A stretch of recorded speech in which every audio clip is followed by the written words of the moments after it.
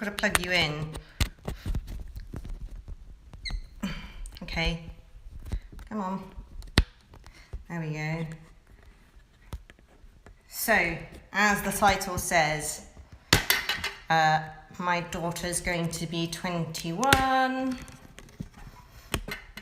So, I've decided to make her something special. It was a little bit weird, but so I hope she's not watching. Yeah, I better just tidy this lot up first.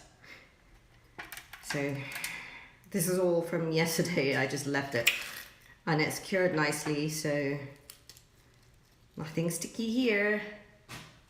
So I know it's all cured, but I've got to trim a load of them today. So,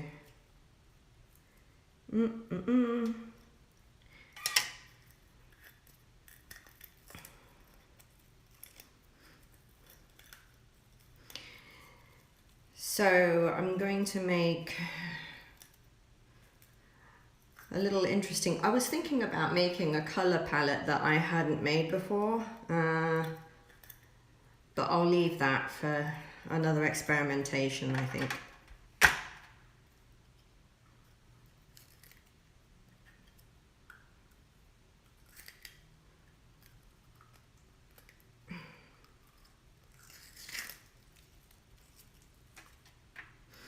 So this is just the cups of multicolors that I use to build up the color palettes, and when it's all cured off, I can just peel it up and reuse the cups. Sometimes if I've been handling things with my gloves for some time, the silicone touches the gloves and then it decides not to cure. So everything gets gooey and sticky, and you know, all the clamps, all these things just end up covered in goo, and I have to wipe them down with alcohol and everything before I can use them.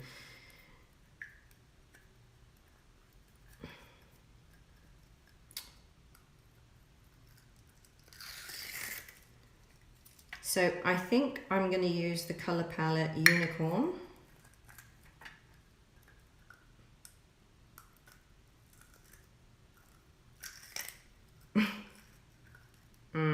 Oh, I have to open a new drum. Well, that's going to be fun. Opening drums, because I don't know, they're obviously not designed for weak-wristed people like me.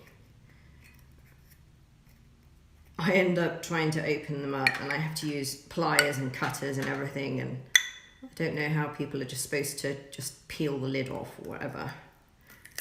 So I'll get onto the drum in a minute.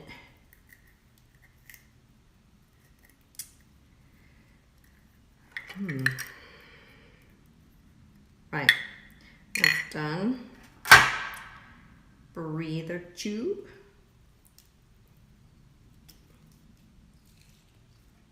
You'll see why I'm using this in a minute. It's what I call a breather tube.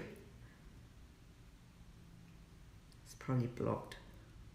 Yeah, it's blocked. Okay, where's my pick? Pick. Where are you? Pick. I need my pick. Where is it? Ah, there it is. Okay.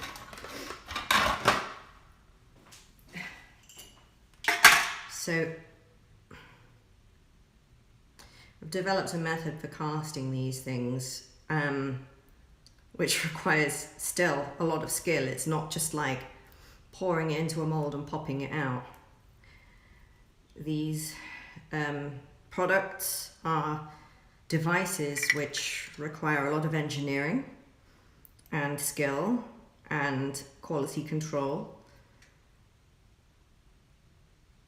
to maintain their function or introduce their function. If anything goes wrong, which I've had loads of experiments that went wrong, they get rejected and just put in a concept pile that failed. And I have a few of those to upload today to my Etsy, so if you're interested in just having something that's visual but non-functional, keep an eye on my page. because I'll be uploading those to Etsy shortly.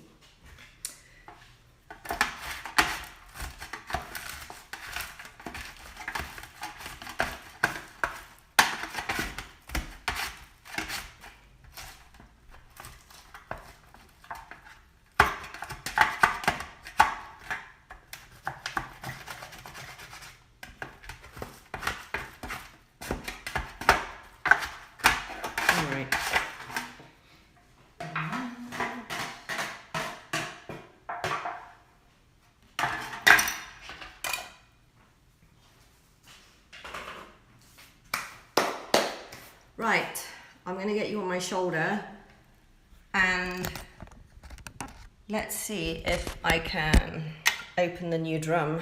I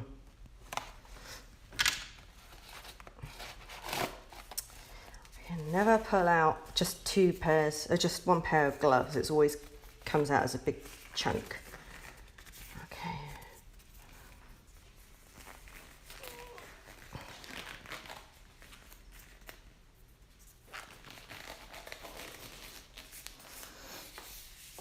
Oh, I've got more cleaning to do today, but it's part of every day's routine. I just never seem to get really on top of it.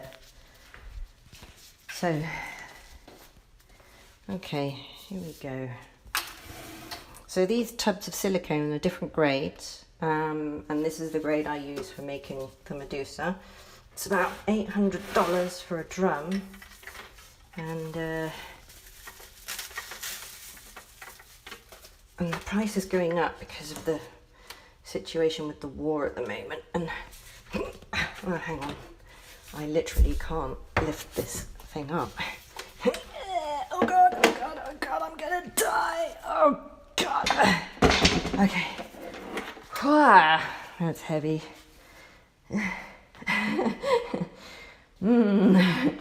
Okay, so where shall I put this handle? Okay, I'll do. Right. Where's the, I need the, oh, there it is. Got it. So I put this down to stop the bucket dropping out onto me when I tip it. I do have to clean up underneath. There's a big spillage under here, and I managed to cure most of it off and peel it up, but unfortunately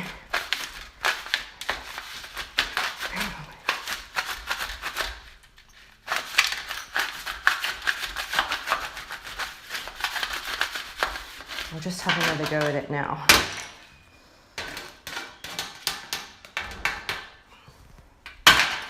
So some scrap tissue.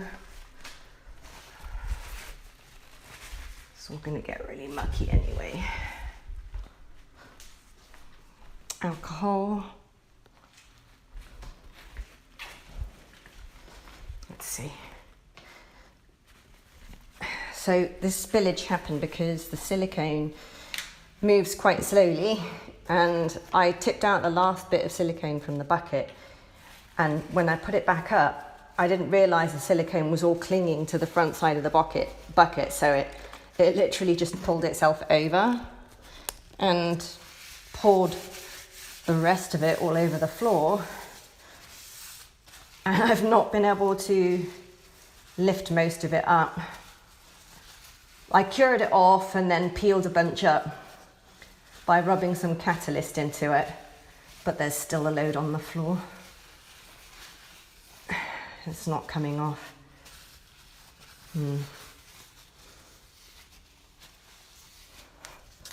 Just pour some alcohol on it.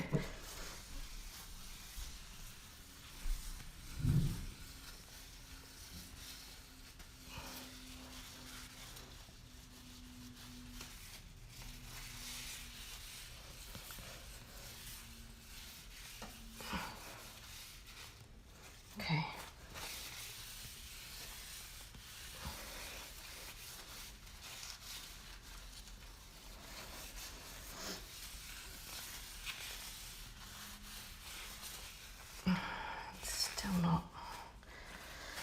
Well, whatever I can do for now, I'll do.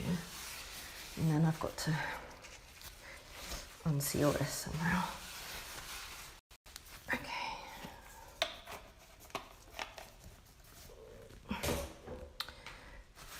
Right.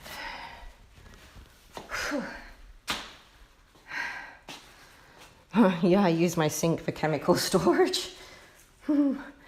Okay. Let's put that in there. Right, I need some cutters. Those might work. Let's see. All right, let's have a go at this. I mean, apparently I'm okay. Oh. Okay. Oh, it's that easy. Okay, that was lucky. I didn't need to use my cut. She says.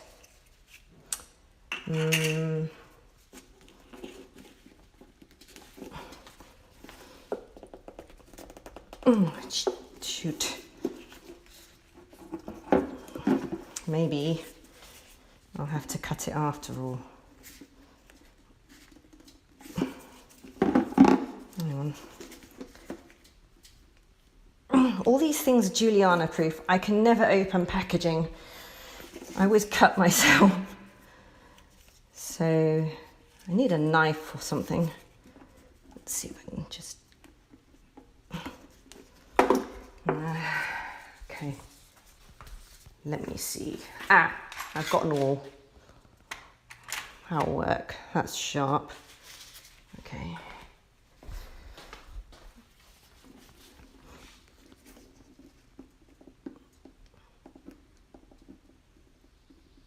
Oh, I don't want to cut myself with this because I have poked myself in the thumb so many times with this.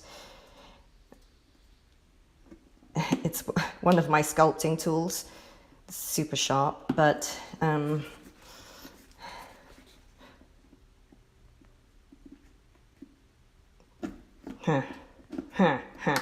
okay, now I got it.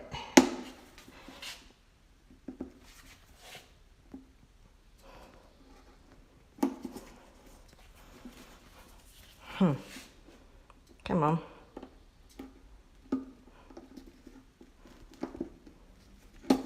Oh, okay, done. All right.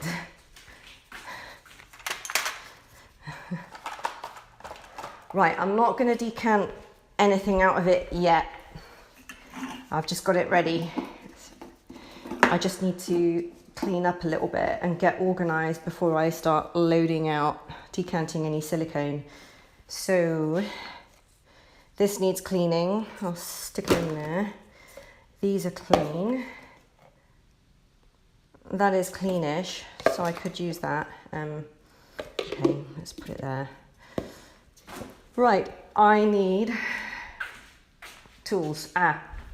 Alcohol. Tools. Let's just prepare some tools. Okay.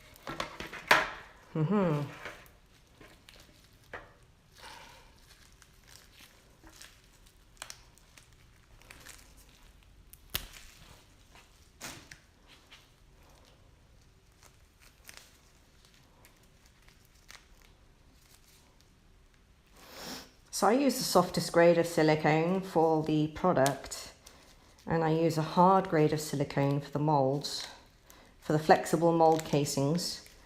And I use different resins as well for the shells. I'm thinking of buying a new machine for thermoforming, for thermoplastic thermoforming, for making new shells for the molds, because they'll be completely transparent then and much more lightweight. But this machine's going to cost me a couple hundred. It's pretty cheap, but it's actually a dentist's thermoforming machine for dental plates, but it's just the right size for what I need. So actually, before I put those cuts out, pigments, what pigments am I going to work with today? So I think right now I'm going to make unicorn colour, which is indigo, and where's the purple? Purple,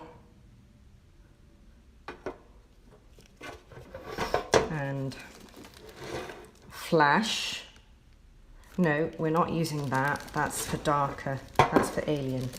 Okay, so I need pearl white. This one is the steel blue. So I'm going to use red, purple, blue, pearl, and some holographic. And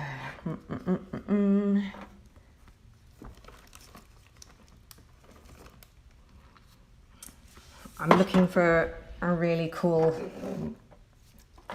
holographic. I need silver as well, so let's put silver in. Where's that?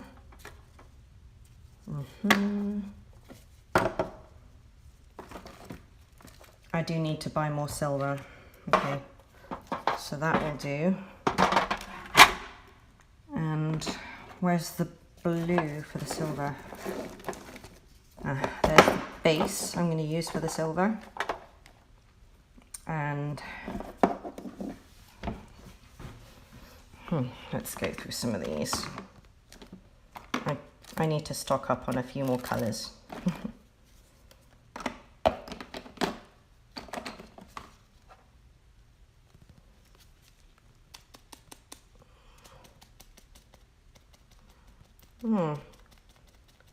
Is there any left in there? I can't tell. Oh, there's a little bit left in there, but not enough, so I'll use the rest of that.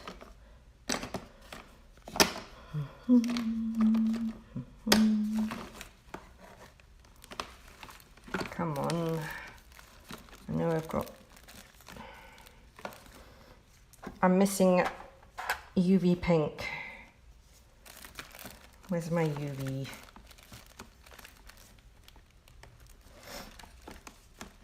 Oh, there it is. Okay, UV pink. And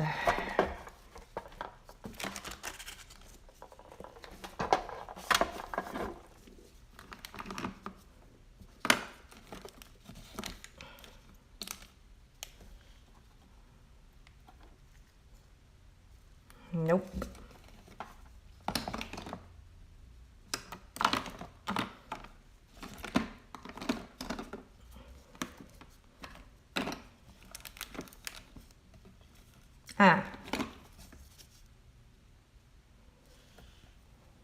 No, that's too red. Oh, damn it. Okay, let's try this.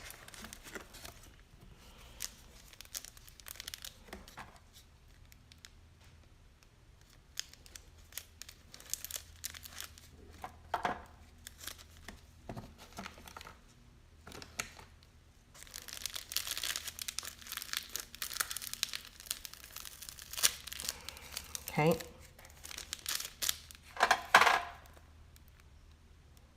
Doesn't really go with any of them.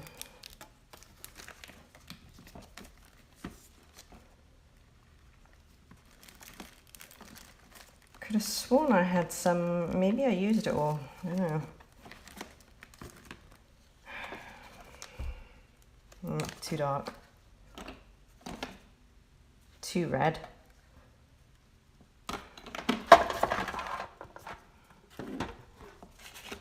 Oh,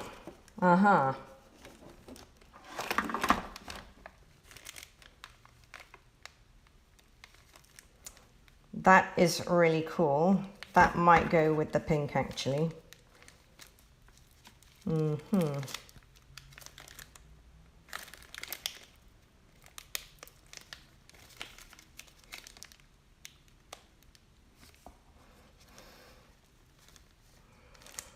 Yeah. Still deciding. Have I got one for the indigo?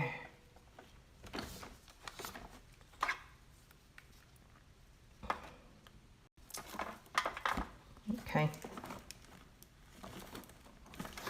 Yeah, that will do. No. Okay. I think I've got what I need.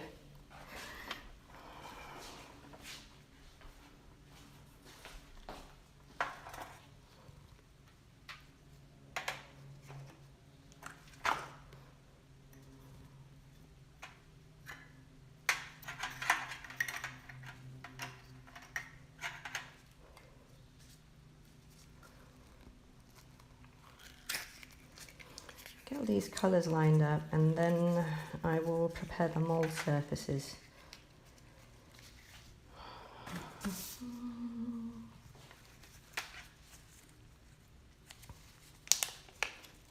So this is a special holographic pearl which goes from the spectrum of red to blue.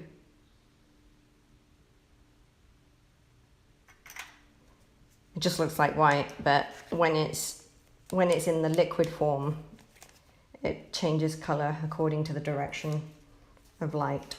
So that's pretty cool. And I'll put a bunch of this in it. Actually, I won't put too much in this because this changes the stiffness of the mixture. So I'll use this in with the transparent pink, because this is actually transparent, so it's UV dye more than a pigment. So I'll do that one now.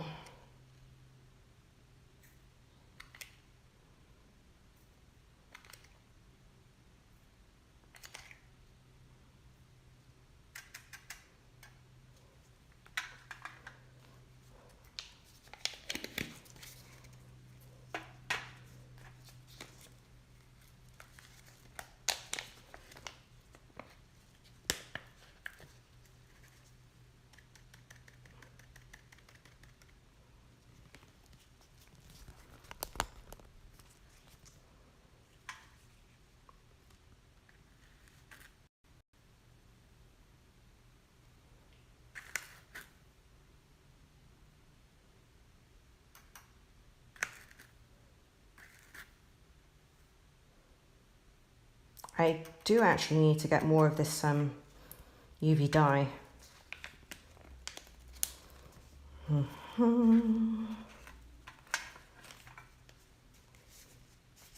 Let's do the silver next.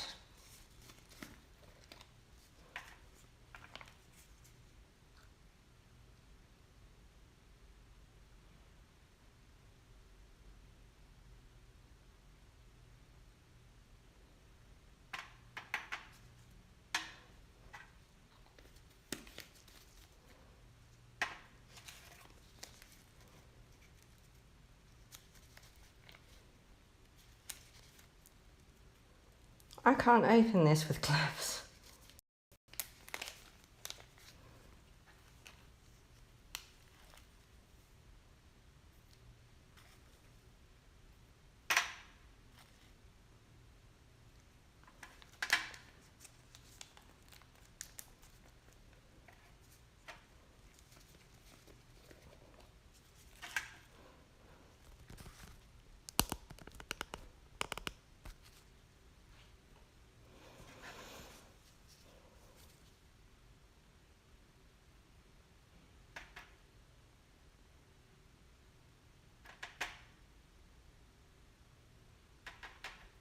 I've actually put about 1/2 gram in there. I want this colour to be pretty saturated.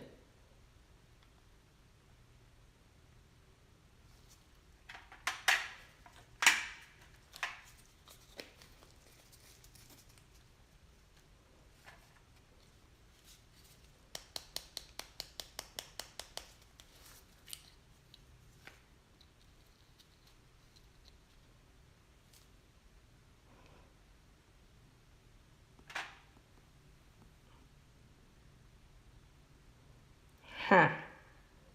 I don't need the indigo after all. Don't need that. Don't need that one after all, so that can go in the bin. Okay. Indigo.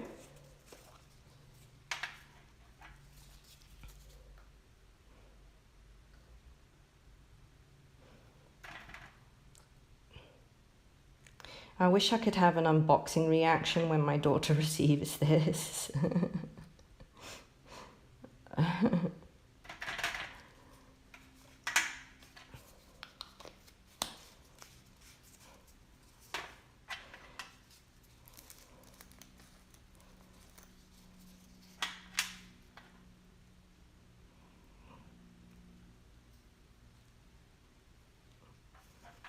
Okay.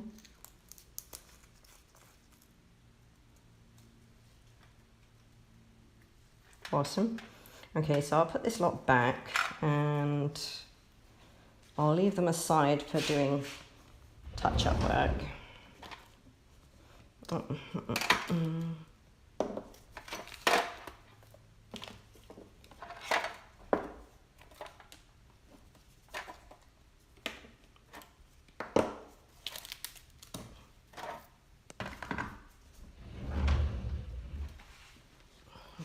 So those are the colours set up.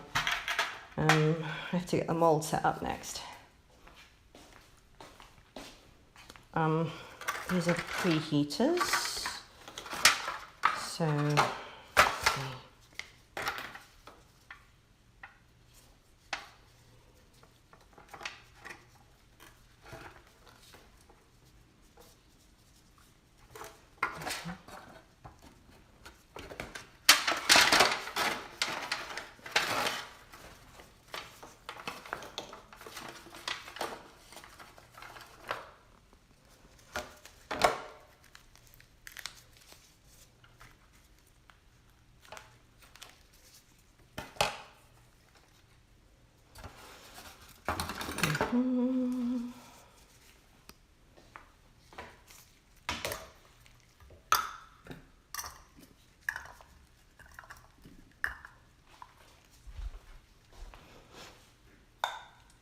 Ooh, I need my syringe. I need a syringe. Where is... Okay, take this one.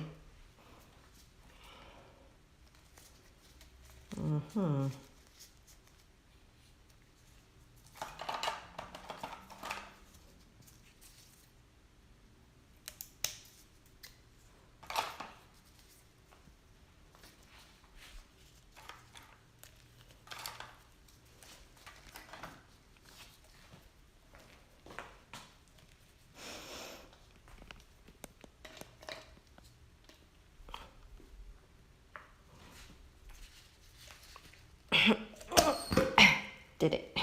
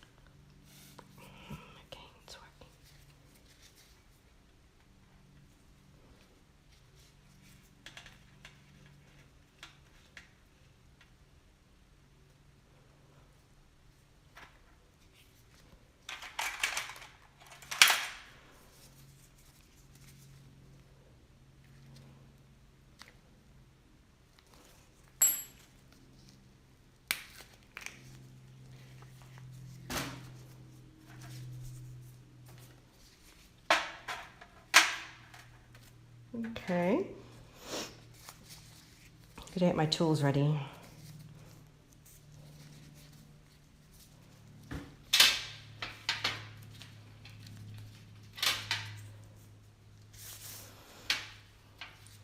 Try and get rid of as many of these silicone bits, because if they cling to my tools, and transfer into the product that I'm making. It's just annoying.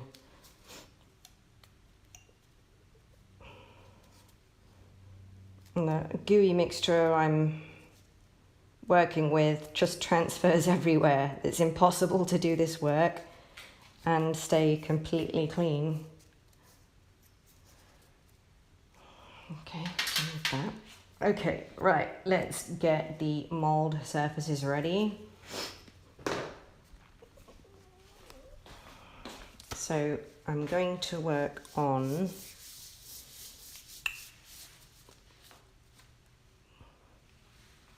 crinoid. Here she is, crinoid and bell.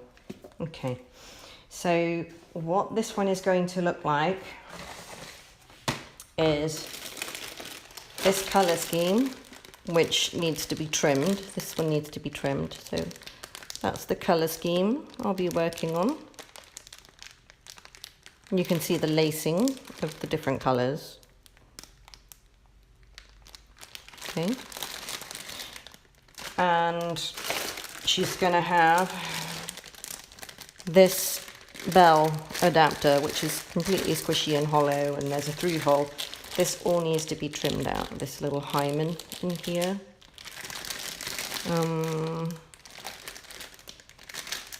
So yeah, I'm going to be making crinoid, which is this design in this color with this insert.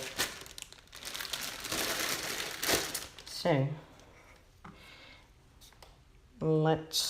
I'm checking the mold surface.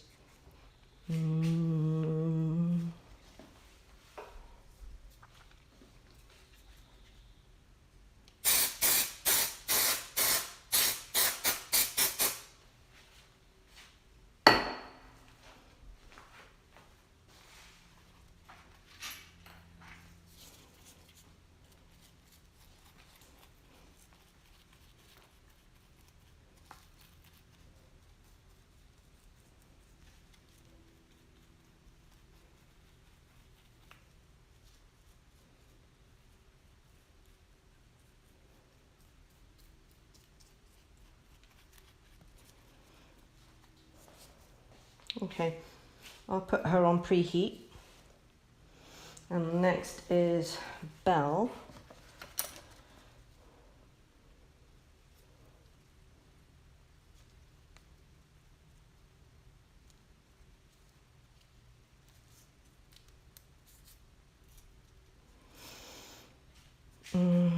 Surgical scissors.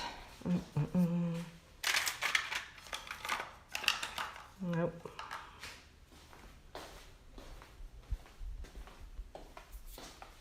Please don't tell me I left them upstairs. I need my pliers. Can't see my gold scissors anywhere. Oh, there they are.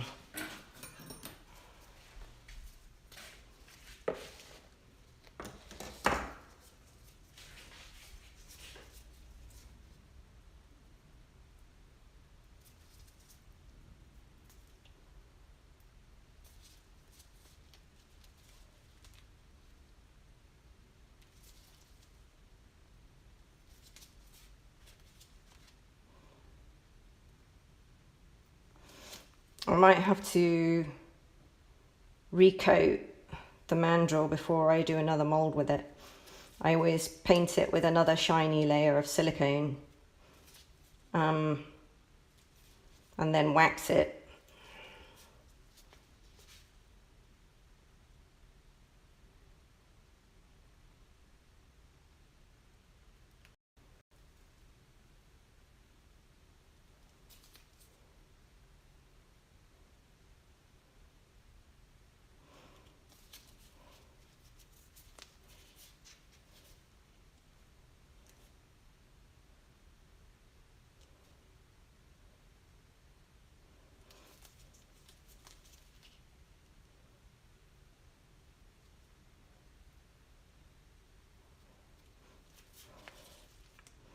This is where I've used the mold before and the silicone has found a bubble to go inside and fill. which is quite all right for me because it means that, you know, it's taken up something that was originally like a pit in the mold.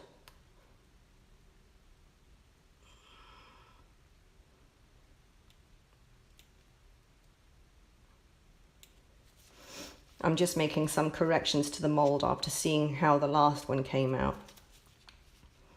So I just needed to make some corrections.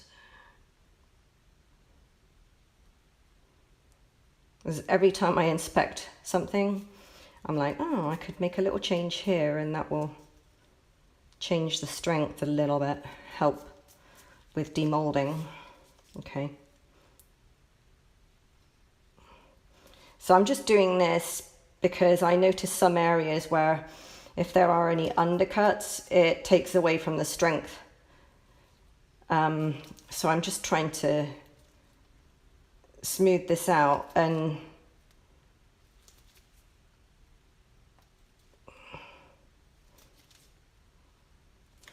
so this is on the inside of the device anyway. This is not anything that you're going to see.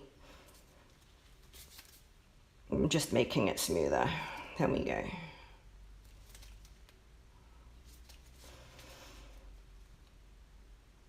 Now I can wax it. Finally.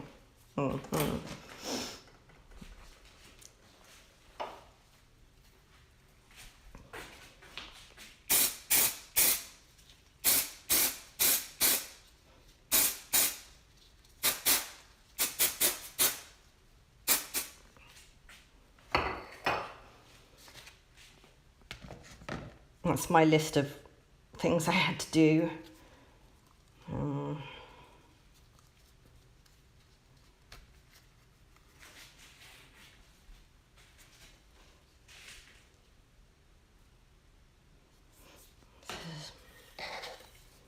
If I catch any little areas that need just tidying up a little bit, because it can weaken the mold if it gets trapped.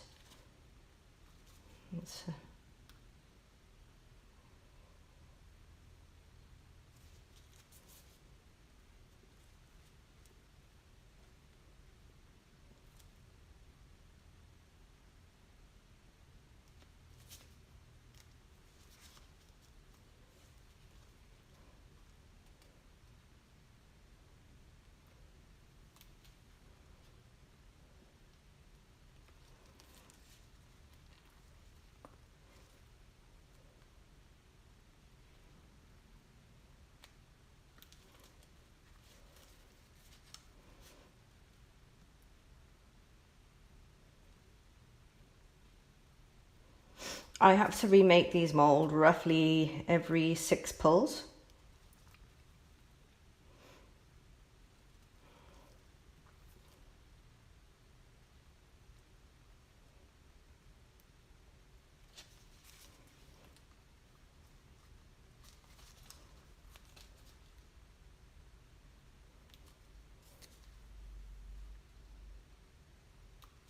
Okay.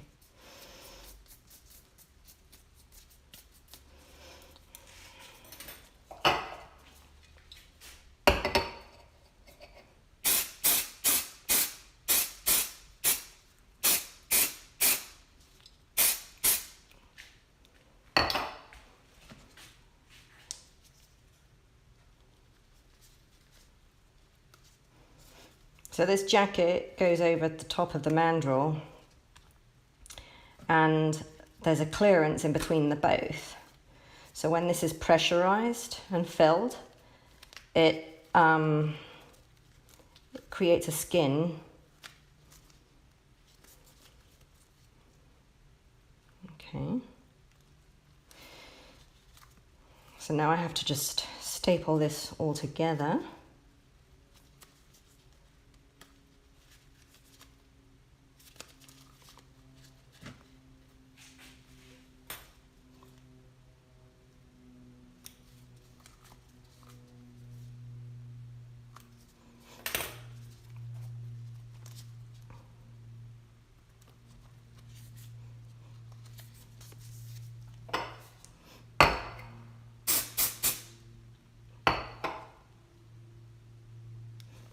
All right, staples.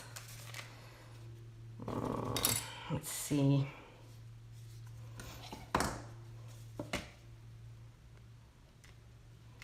This is kind of the boring bit, but it's absolutely critical that I get it perfectly right, because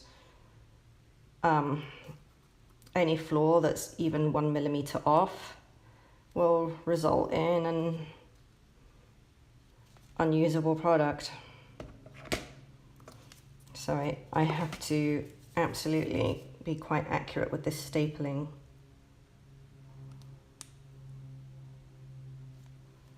There we go, see? And then work my way up.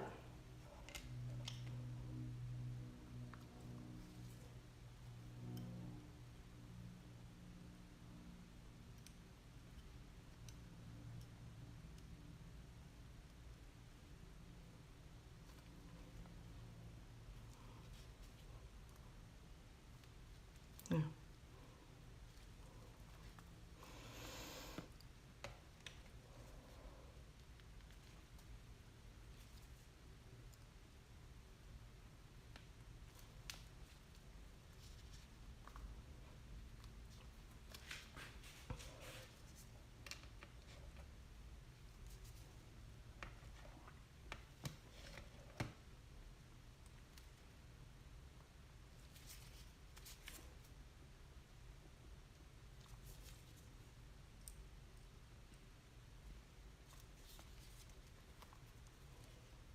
It's like stitching with staples.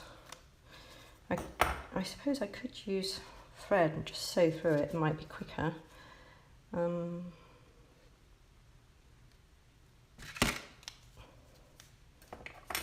It might be quicker if I was to sew through it.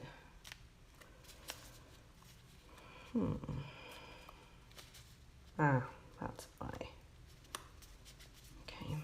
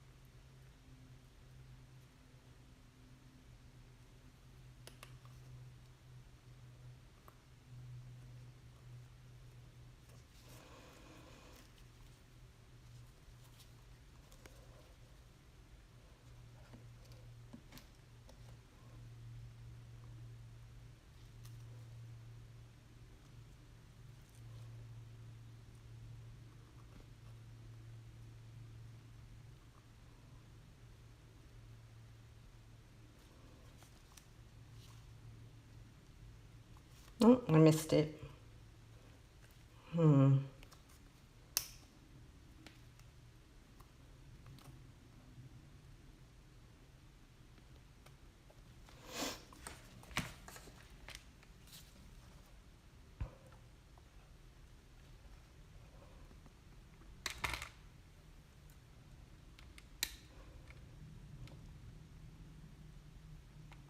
I do have this problem as well with the staples eventually tearing the mold and making it impossible to seal them.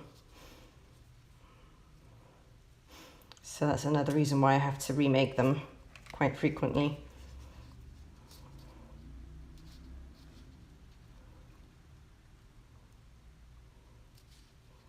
Just prick this one in right there. Aha, there we go, got it.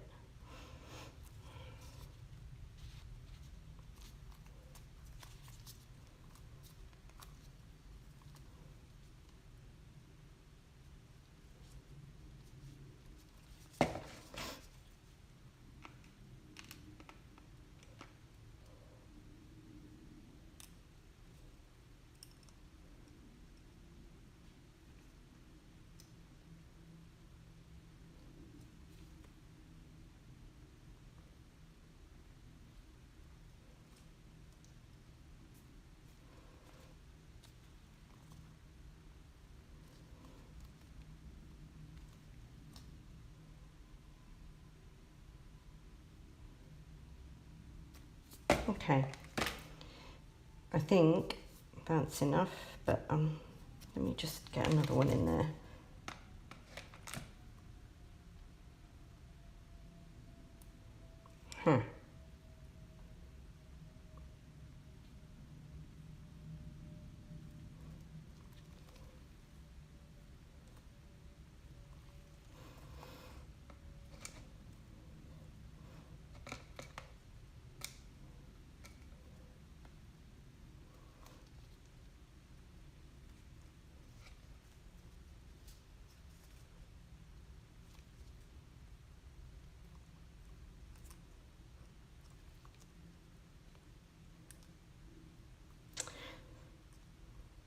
Oh dear, I watched Killing Eve last night, the last episode, and I was really disappointed. They killed off my favourite character.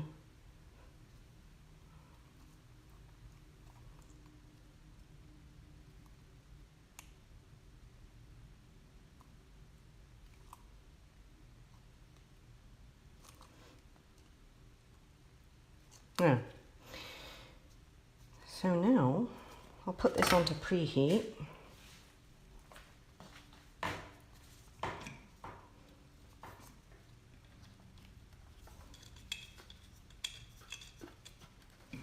Oh, before I do that, I must check the height of the machine because I don't have a fast release system, so I have to do this transfer as quickly as possible. And yeah, it's always a pain in the ass. Okay, that's in. So I just need to check that I've got this set the right height. Which it looks like I just need to make this a little bit more. There we go. And then, so that's right, and I'll use that as a stopper to help stop it from slipping. So stick that back on preheat, and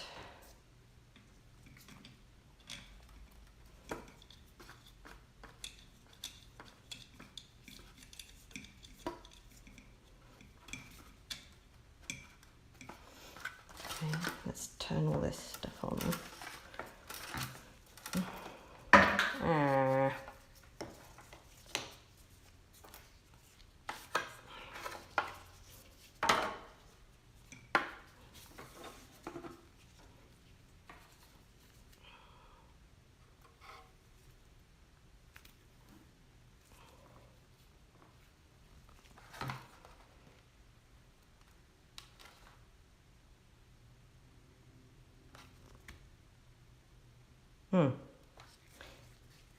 Is it warming up?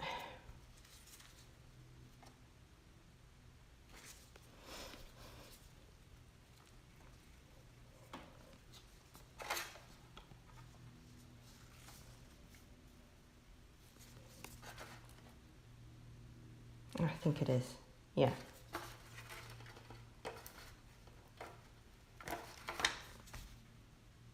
Yeah, it's warming up. Whew, thank God for that. I thought they'd broken. I was like, oh no, I have to make them all over again. This was a pain in the ass job. Okay, so now I am ready to get the silicone out and start pouring. So I need roughly 130 grams, which should be 100 mils of silicone. Let's use this. Let's use one of these.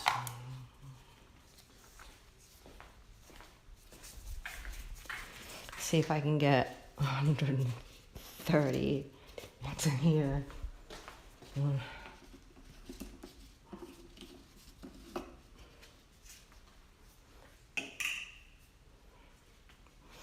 Okay, this is going to be a little challenge.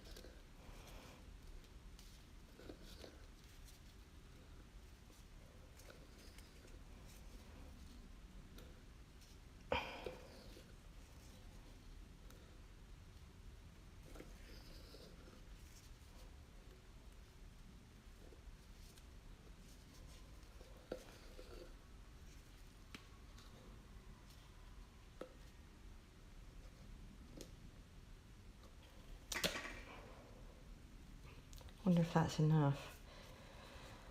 Doesn't look it. Need a bit more.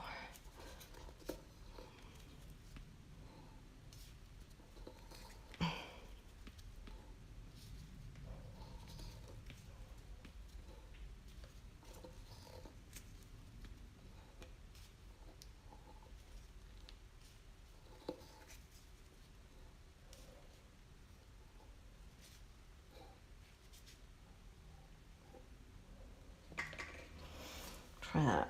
See how much that is. Okay.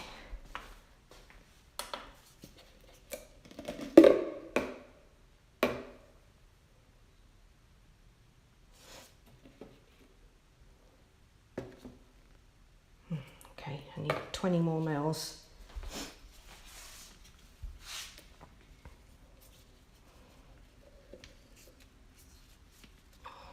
20 more grams, I should say.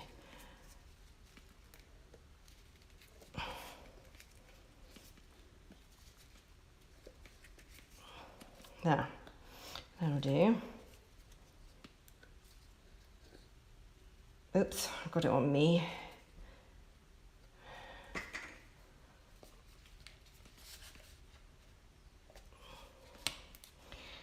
Oh well, let's see if this is...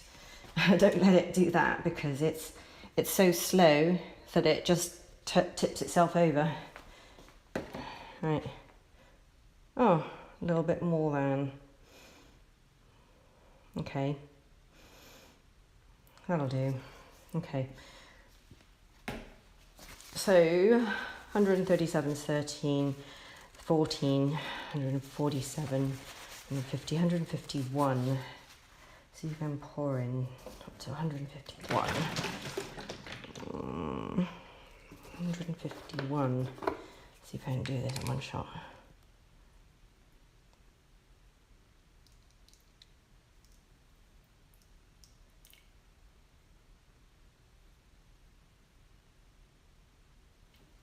Huh. 151, look at that. Perfect. Okay.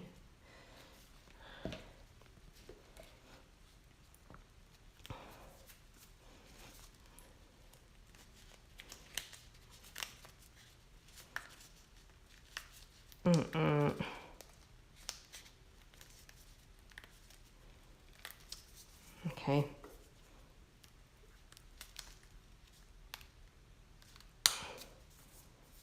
It's not coming off.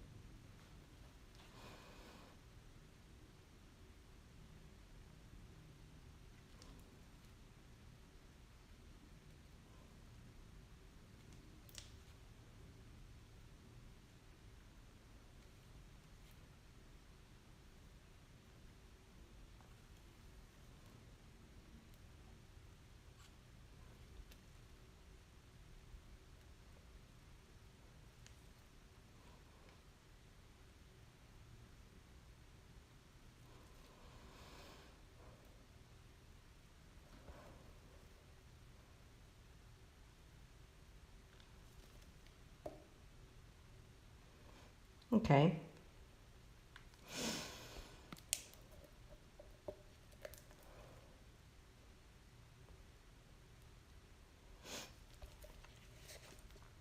We're ready to go. So, white first. I should say pearl. This is actually holographic pearl. You'll see as I'm stirring it how it will start to become iridescent. Actually, I could zoom into this process.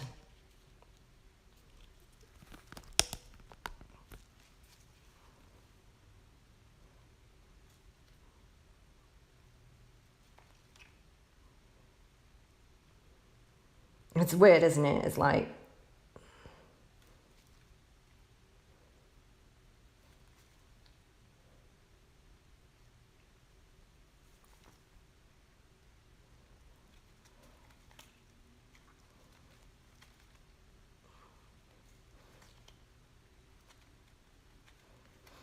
so I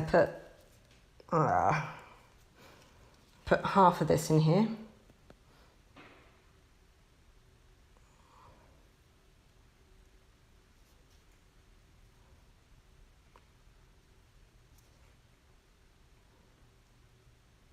And some absolutely awesome color change. I don't know if you can see the range of colors that it goes through, but it's insane. You know? It's very alien. Right. Next is the silver. Doesn't look like silver to start with, but trust me.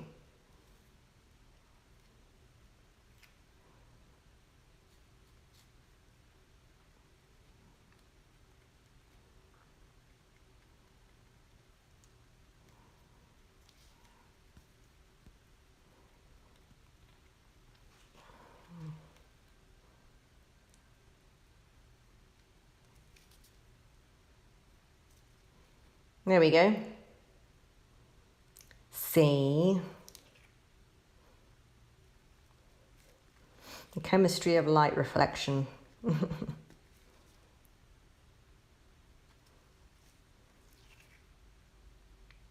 guess it's more like a pewter kind of colour.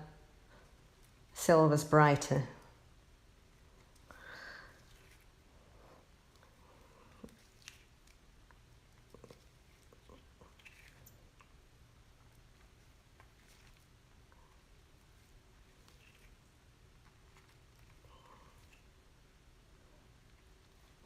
So, dump about half of this in.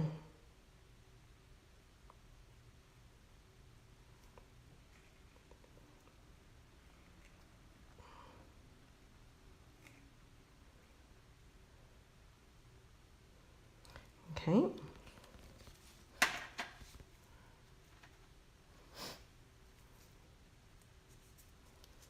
And then the UV pink with the crystal in it. So this UV is actually translucent. The light goes completely through it.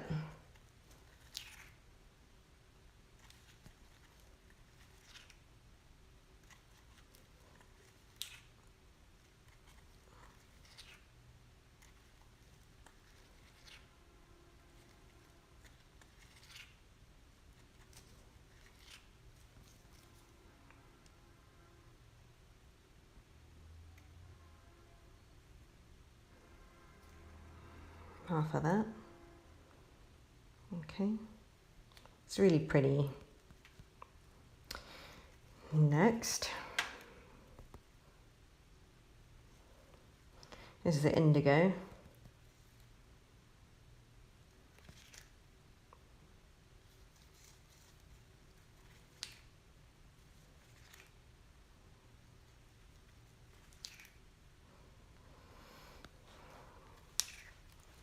It's a really deep purple, more on the bluish side.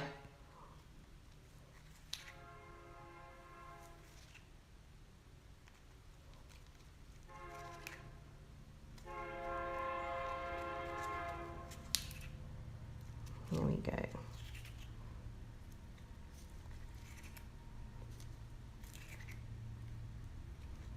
So this color palette is called Unicorn, and I thought about all the My Little Ponies when I put it together. I had a My Little Pony when I was a kid. I think it was Blueberry.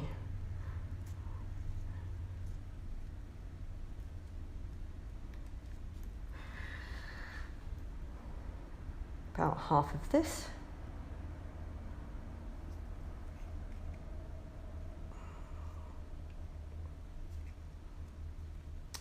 And then the main colour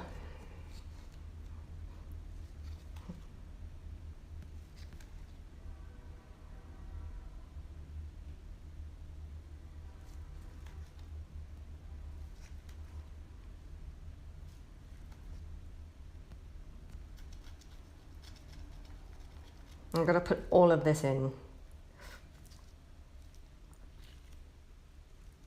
And then go back through the spectrum the other way. Okay, so I'll put all of this in.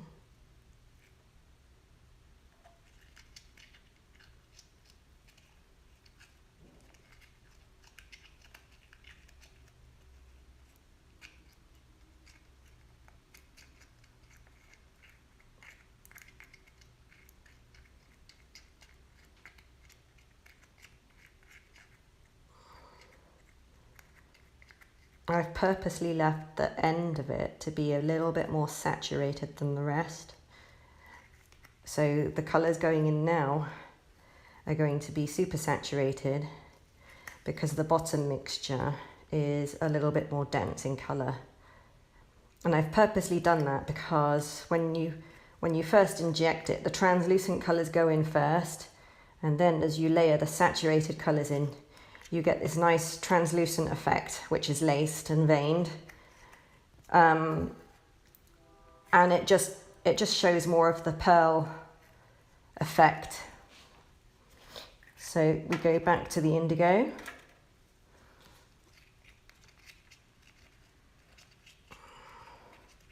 And I try and make sure that the last bit is super saturated.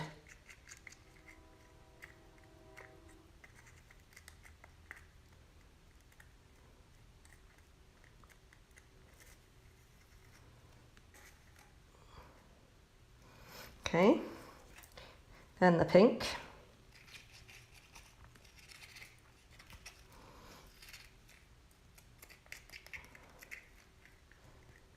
So this is the UV light absorbing colour, which I put in here. Even though it's only a little bit, it helps trap light in it, so you increase the translucent effect.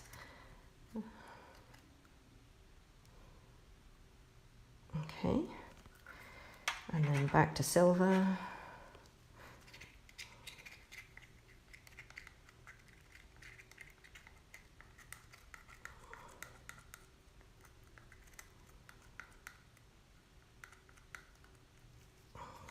Okay.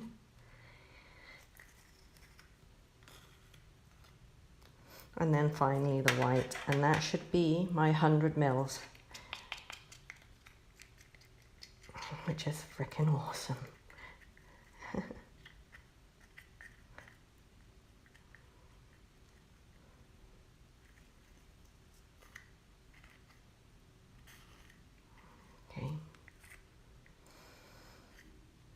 Okay, so now,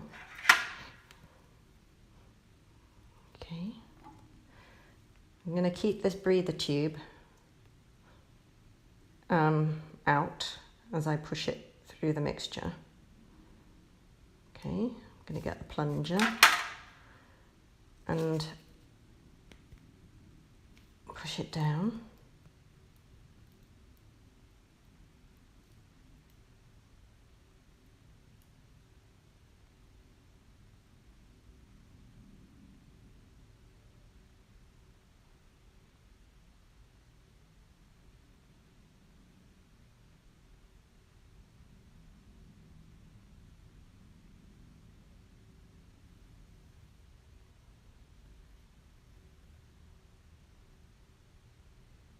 There we go. So that is 115 mils. 115 mils. Okay, so I'll pull this out now.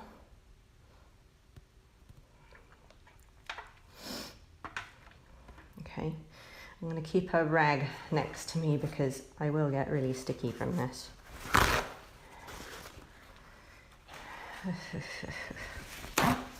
All right, so everything should be nicely preheated now, which means it will hopefully gel on contact and won't slump into the mold. And it will maintain its colour veining, hopefully.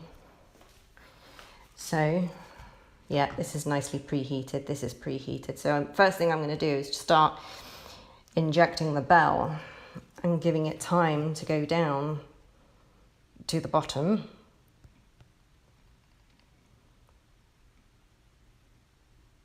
I have to do this reasonably quickly because as the syringe gets hot, the stuff starts to thicken up and get really difficult to squeeze through. So, wow.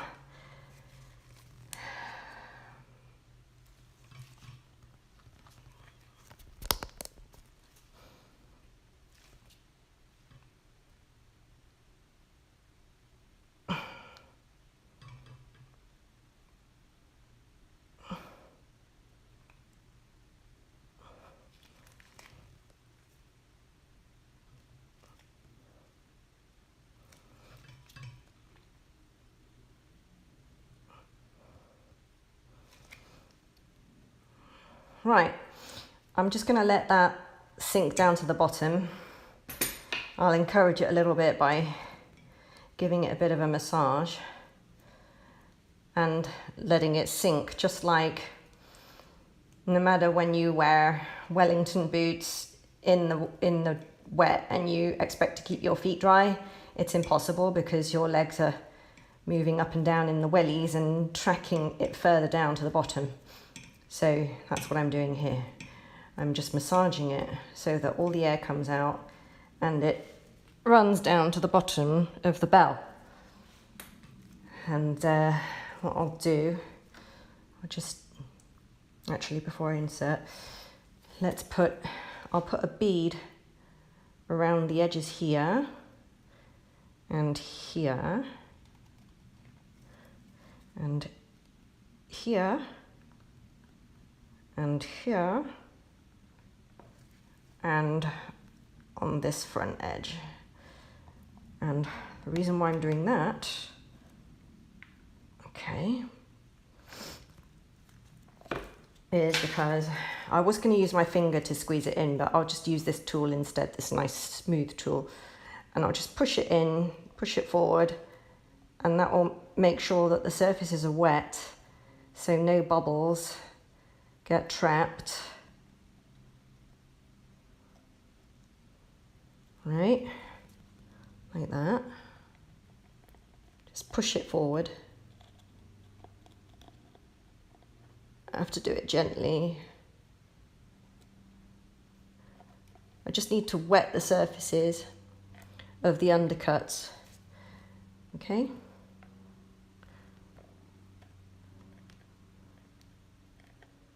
And then I'll turn this lot upside down to move around a bit and settle in, and then I'll carry on injecting this.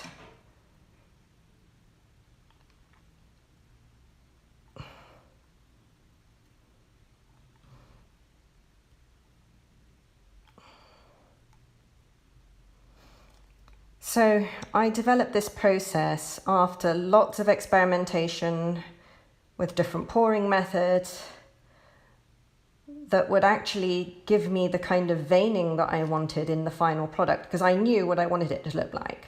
I knew I wanted the colour to be really important, not just a block of colour, but I wanted it to have a certain pattern that was organic, that looked like it had grown with the product, not just been plopped out of a mould. So that looks full, but by the time the air bubbles pop out, like this one, and if I give it a massage, That should pop more air bubbles out of it. Where's my other tool? Okay, I need my pick. Just pop this. So I give it a massage from the bottom, and that will help any pockets move up. Meanwhile, at the bottom of the bell, the heat is coming up and it's gelling it at the tip, so it won't leak, and it will solidify at the bottom faster because of the way the heat's coming up, which means that there's a bubble there coming up. There's one there.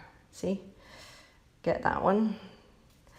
So the heat gets the bubbles to move up fast, and that it helps with the massage as well. I'll come back to that and I'll do more on here. So now I've got this wet, I need to start going over it quickly and making the veining lines. So I just need to go in here quick.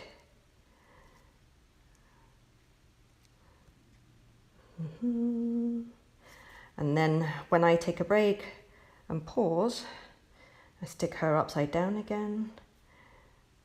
Make sure I get it all in the undercuts.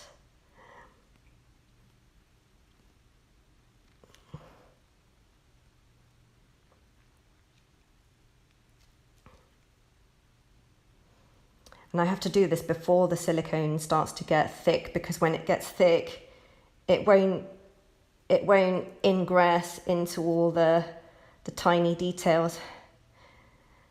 So I have to do this quite quickly, but make it nice and stripy.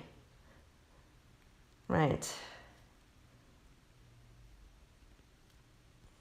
There we go. Turn it upside down. Add more here.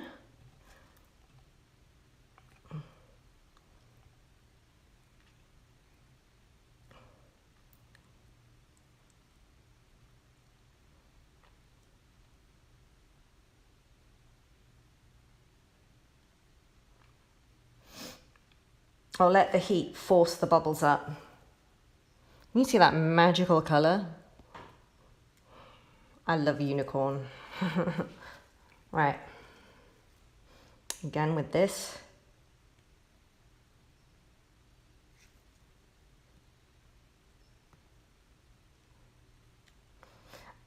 I find this work so relaxing.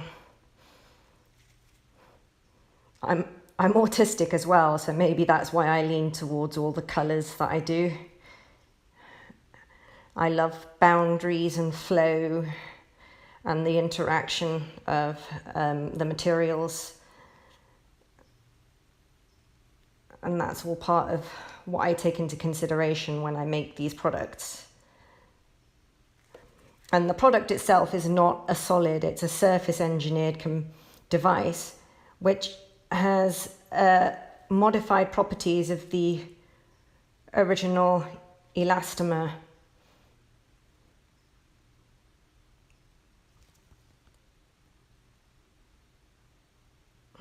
Right, so I'll put this upside down again.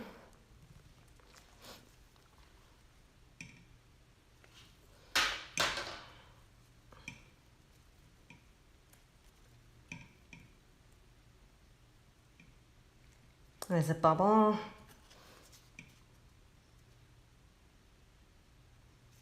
There's one. So this will form the join at the vestibule at the entrance of the vagina.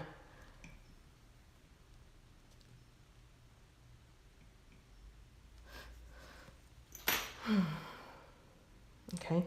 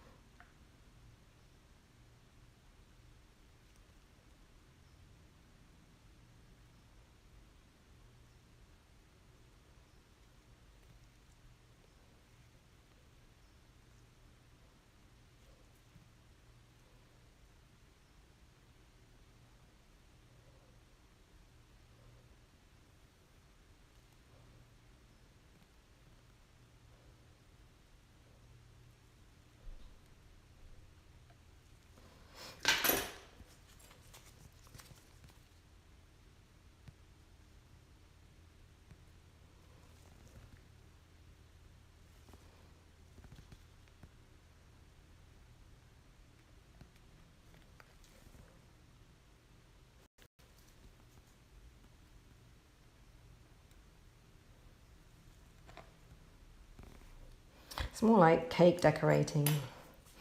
So I'm decorating muffins. It's actually true. I'm going to put the 2 heating mats over the top of each other actually, because I need this to gel really quick.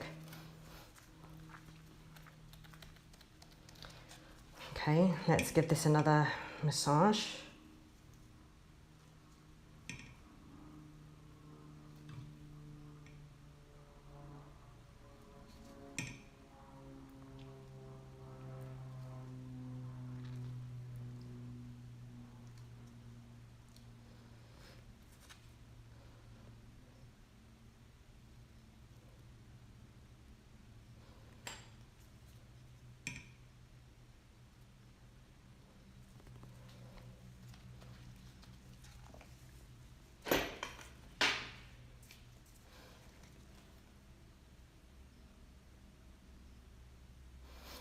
Now, because it's starting to gel, I have to touch the surface and then pull it across.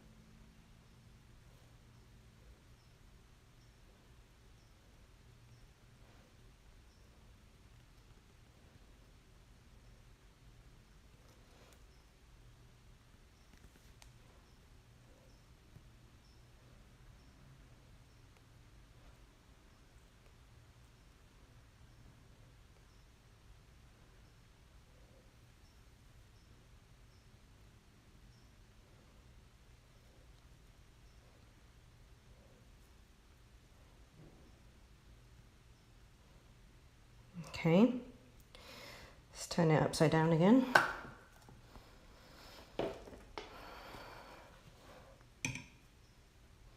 So these heating mats are actually heaters from the back of car, what do you call them? The rear view mirrors, anti-fogging mirrors. So these heaters lie behind the mirror so that when it's raining and the mirror gets like foggy or covered in droplets, these turn on and evaporate it very quickly, and they work on 12 volts and they heat up to 60 degrees. And I've wired them on a distribution box from the mains through a transformer, 110 down to 12 volts, and I'm shoving enough power through these that these can actually heat up to about 90 degrees, you know, which is pretty damn hot. But they only heat up to 90 degrees if I layer them on top of each other.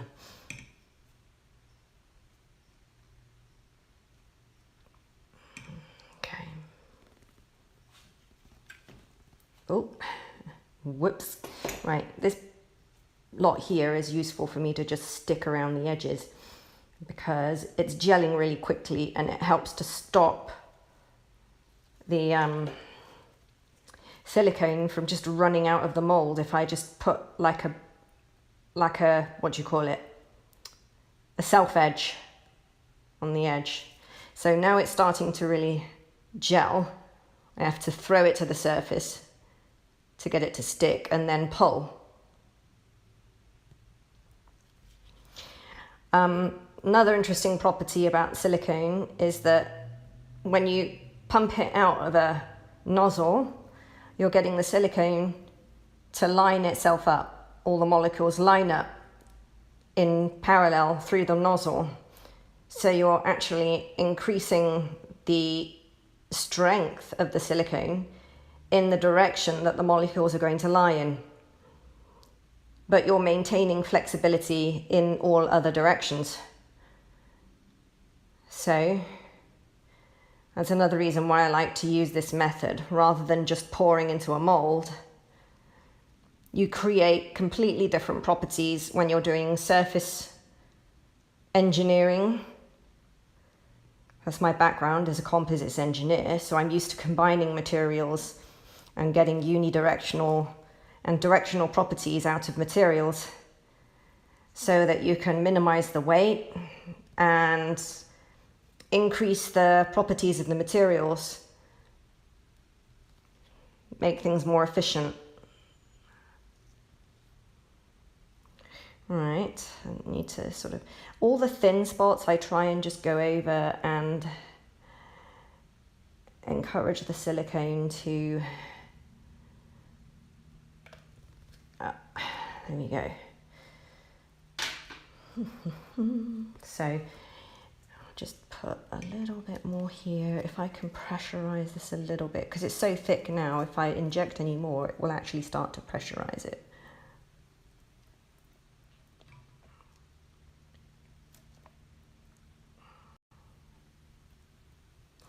Okay.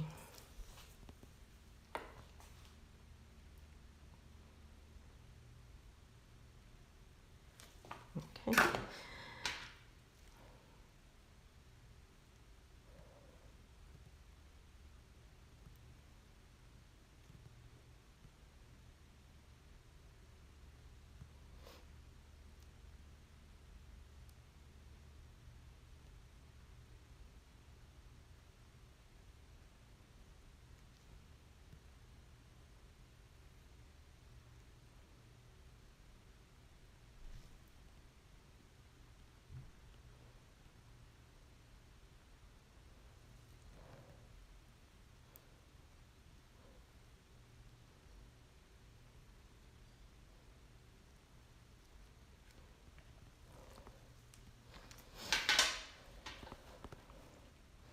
So I have 20 mils left of this. I love the color, amazing.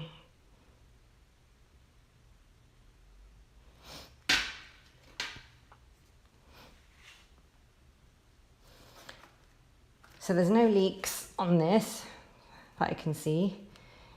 It's nicely sealed. If I can just lift this up and take a look at it.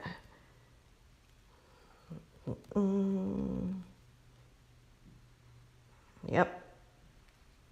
It's penetrated everywhere. That's good.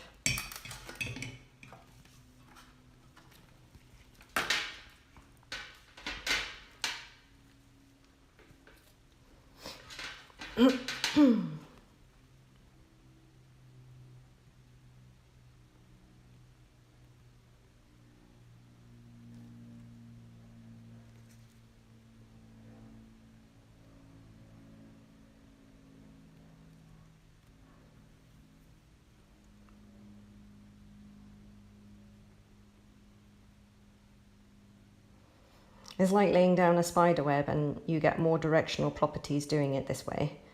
So it will be able to stretch without tearing much more, what do you call it? Produces a higher quality product. It's like weaving, weaving with liquid.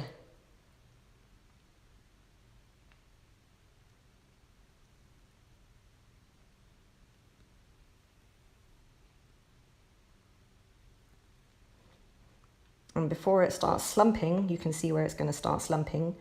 I just have to, oh, there's a patch there that I need to put in. Okay. Okay. Turn it upside down again. So I've got plenty in there now. Everything that I'm adding now is more precautionary. But that's actually done, and that would have taken me 90 mils so far, so everything now is above what I need. Let me start getting the rotor caster ready. I need this stopper. Okay.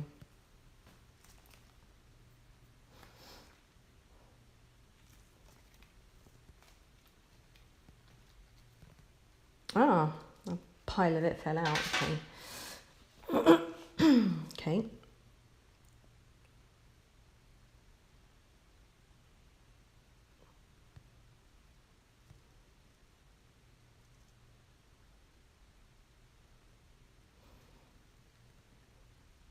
I'm sorry if I don't manage to keep you in frame.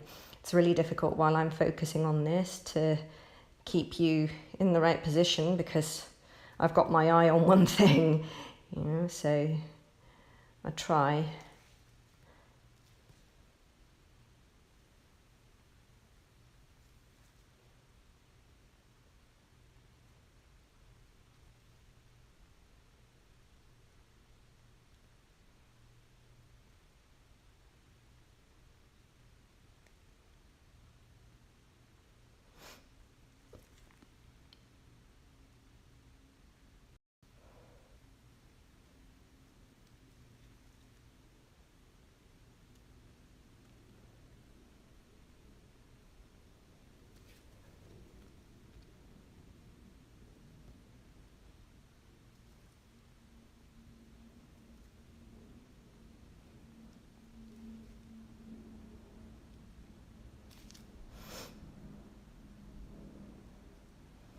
Okay, I'm nearly ready.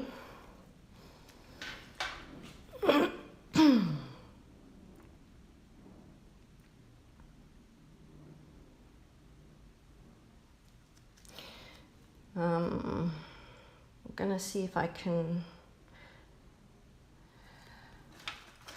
rather than from underneath, I'm going to put the heaters either side like this, just to see if I can speed up the gelling process so that when I turn it over, it doesn't all just slump out of the mold.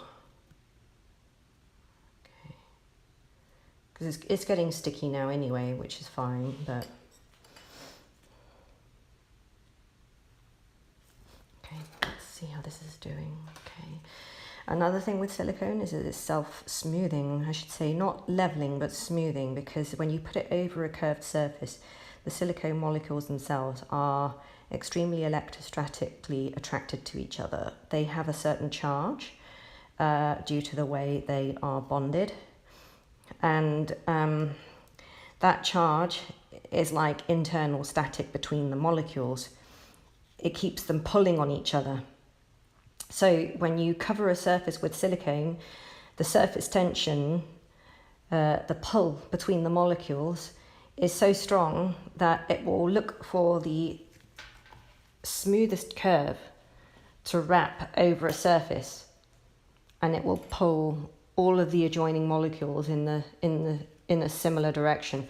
So it will actually self-smooth.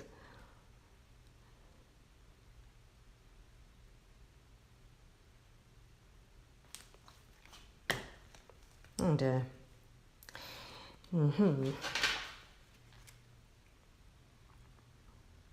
So I don't really have to worry about making mistakes with this because it will smooth itself out, which is really cool.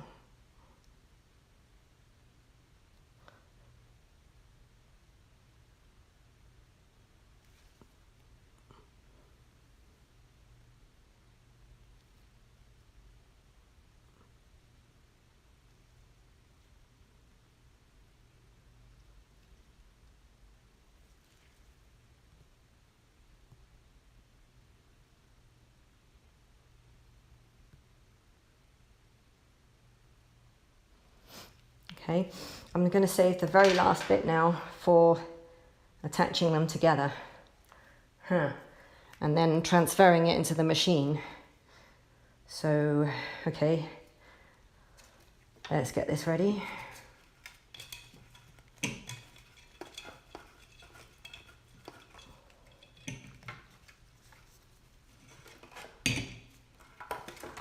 Oop.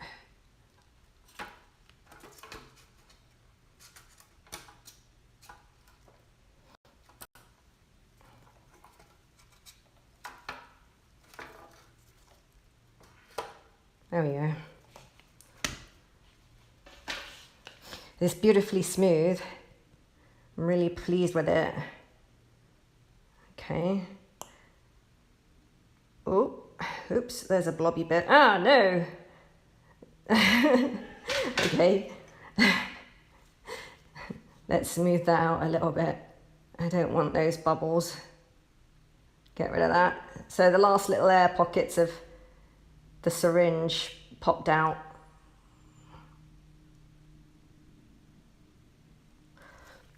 pop this upside down, get this ready. And then somehow I've got to stick them together and then whip them into the machine. So this is the tricky bit. Okay, so here we go. There we go. There we go. And then I stick that in there like that. And there's my stopper. And then hold this down.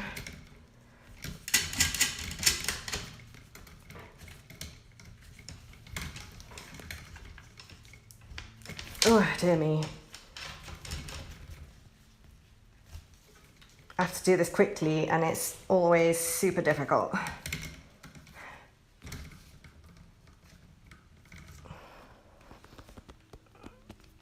Okay.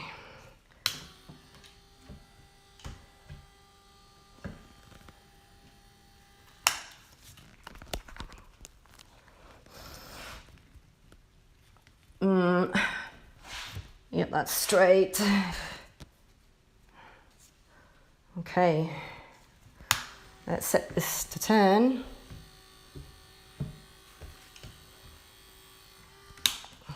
Just make sure it's not going to move. It's not going to move. Okay, excellent. So I'll get cleaned up and start to maybe trim the next one.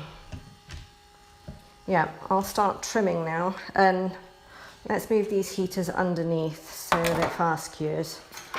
Just stack them on top like that, and then stick it under here. Wow.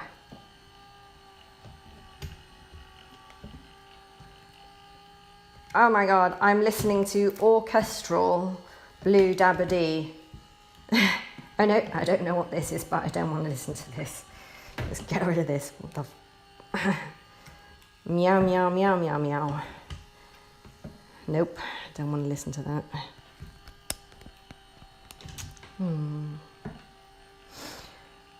Right, trimming.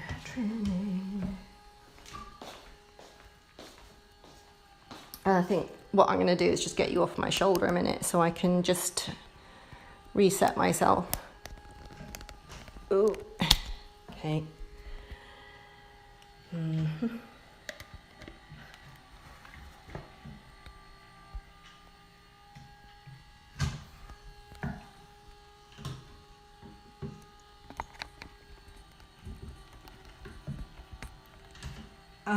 Yeah, I really do need to move this out of the kitchen.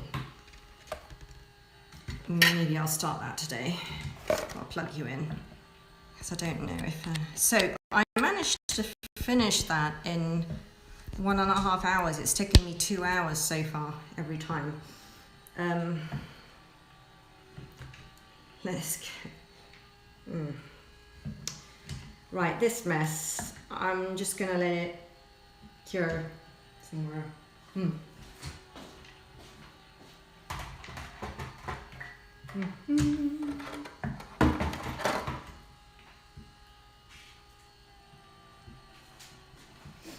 Right, I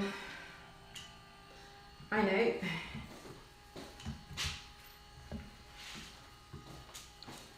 New hobby, new tool. Oh, let's see if I can...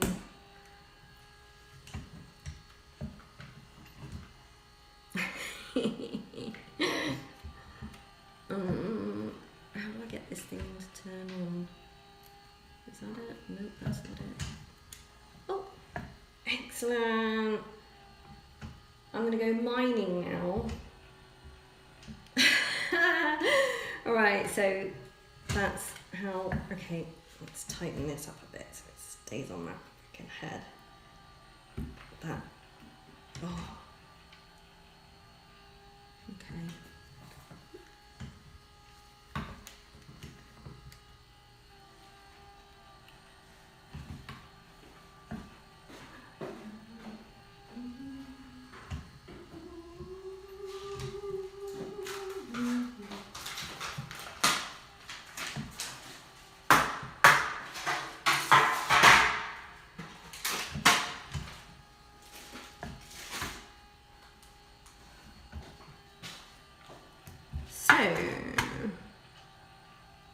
have to go, trimming.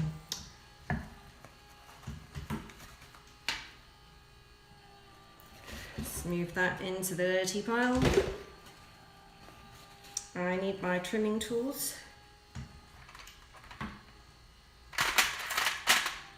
I love this. I've been having trouble seeing into the opening to trim it. I need this tool to do it. This is an anal retractor, and it's actually really useful for me to sort of like plop my devices over, stretch them out, lock them in, and then I can just get in there and start removing the hymen and whatever, the joins. I ordered a bunch of these retractors and things on eBay, and I had this panic attack because I just bought my daughter some Christmas presents and switched the address to her address, and then I had this massive panic attack because I bought these for myself for Christmas, and I suddenly realized, oh God, she's gonna get a bunch of 6-inch anal retractors.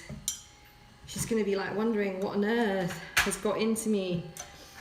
And then I checked, but in actual fact I ordered it on a different phone where I hadn't switched the address over, and I was like, oh thank God for that. I had to explain to her because I was like, oh God, in case it turns up. And she was like, oh, don't worry Mum, I know what you're up to. So that was lucky. So yep, tools. I need my micro scissors. These are 5mm blades. So I need those to get into the little device. And where's my surgical scissors gone? I need my surgical scissors. And forceps, I need those too. Oh God, I've got goo on them. Right, I really need to put on some protective wear because I don't want any fur or anything transferring from my bunnies in my clothes to the work that I'm doing. I'm gonna have to use alcohol on this because it's got more silicone on it.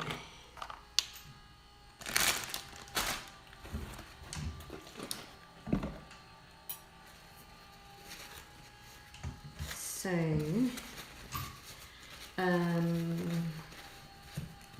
I've got a few of these to trim and a few to make, so I'm sort of just doing them while they're fast curing and turning. They need to turn for an hour on that thing, because otherwise if you stop them moving, they will start, all the silicone starts to drop in. Even when it's gelled, it just starts lumping. So I have to keep it rotating all the time to keep the surfaces nice and smooth.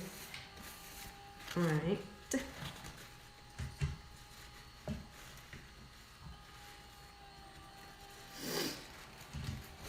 Next, I've got those set up. Alright. I get my stool.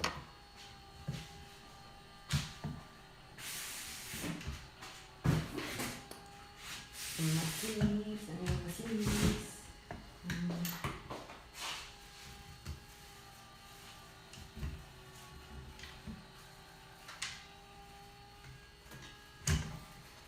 Uh-oh.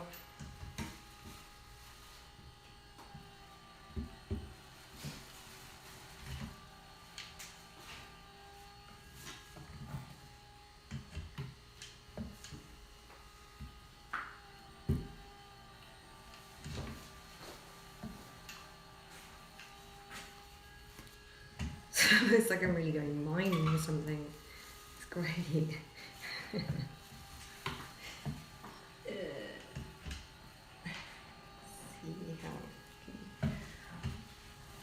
I'm keeping an eye on my rotocaster because this thing makes me so nervous. Oh, I'm so looking forward to trimming this one. She's a beauty. So this one was for TK. someone called, I'll just refer to them as TK. This is your Medusa that I cast yesterday. I'm now trimming today. And she's amazing. Oh my god. I'm so proud of her.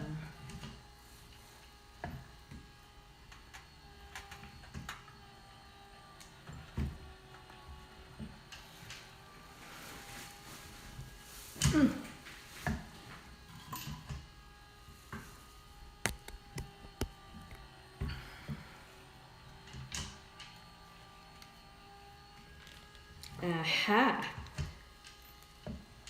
So, I don't need that one. I do need that one. Where's this thing going? Ah, awesome. I can see everything.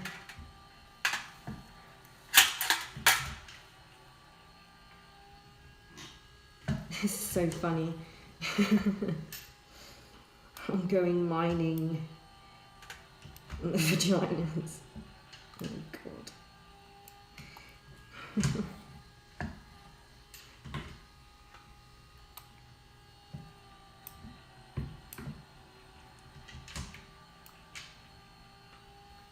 I think I have such a cool hobby. I make sci-fi vaginas. Can you see my eyes through that? And what's this thing here that's digging into my head? Okay.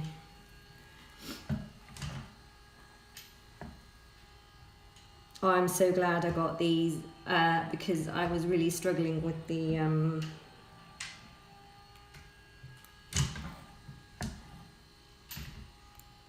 there we go. Right, let's go around the outside.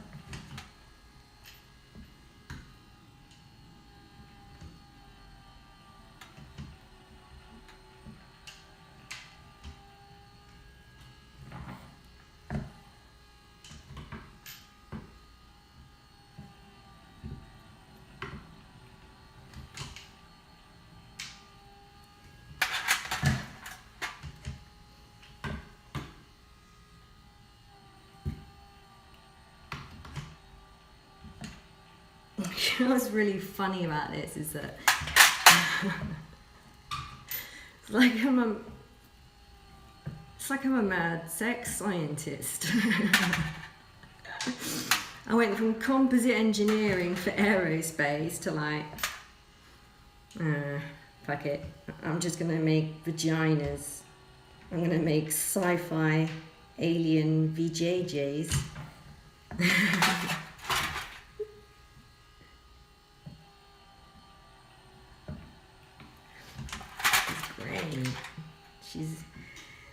The one that I just made is exactly this one, but with a different insert.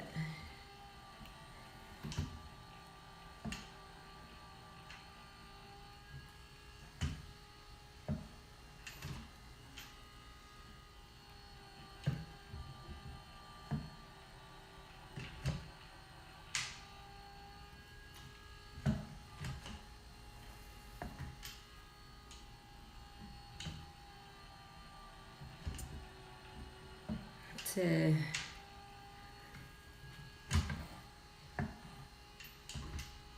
tidy up the entrance opening and then pull it about a bit, make sure it's all got the right stretchiness.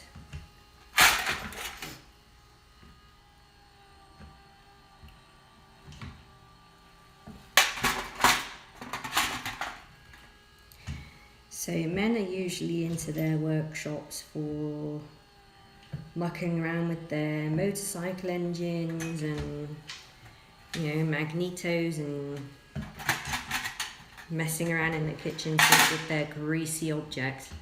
And there's me casting vaginas in my kitchen.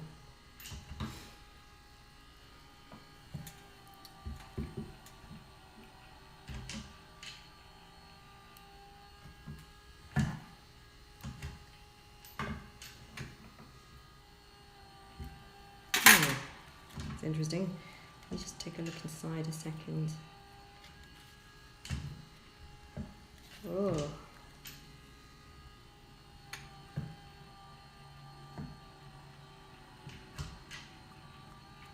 Okay. That is so awesome. Oh, interesting.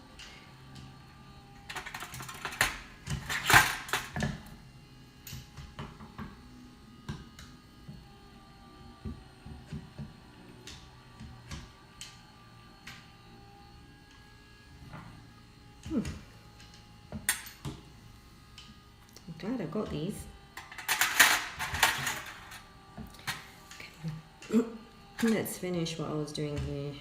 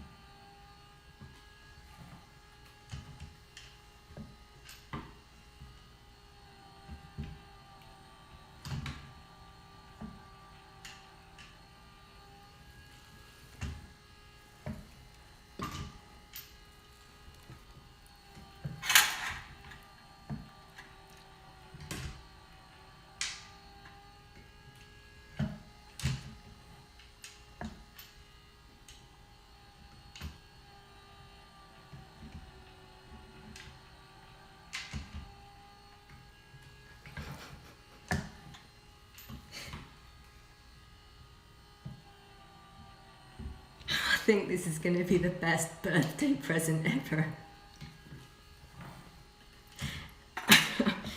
I don't know.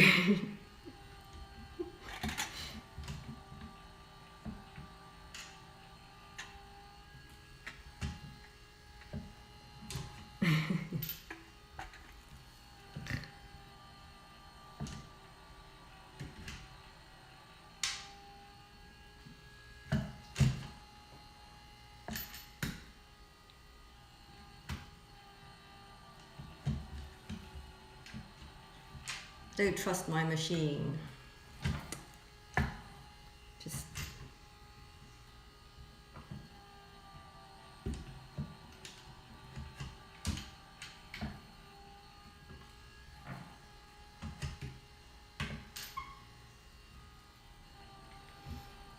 so today I'm uploading some of the rejects from the last batch onto my Etsy. They're not functional in the way I'd like them to be, so they're just going to be uploaded as art pieces.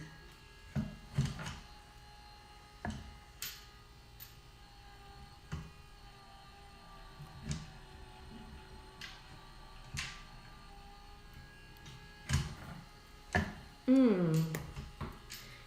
need an awl.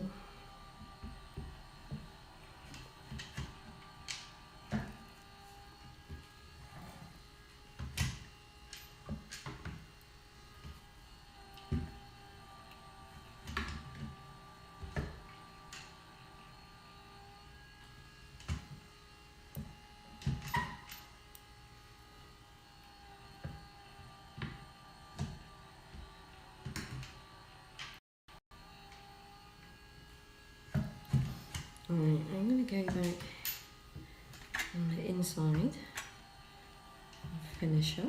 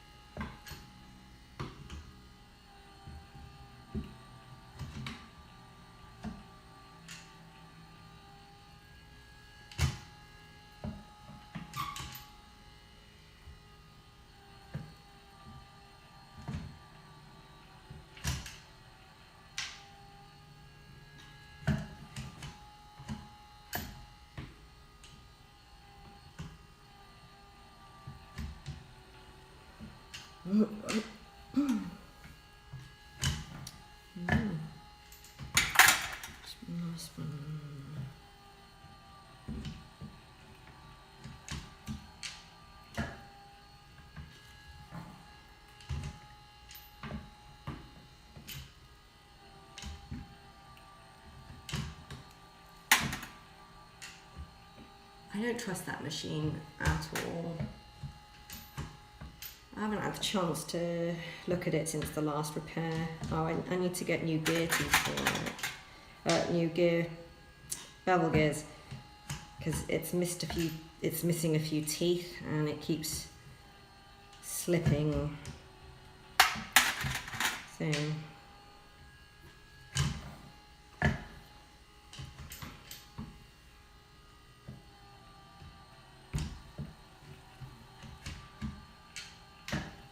okay.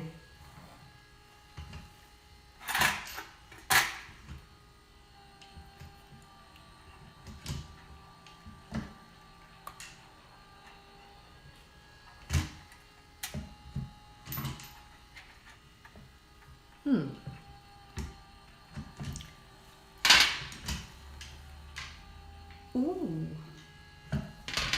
Okay. Oop.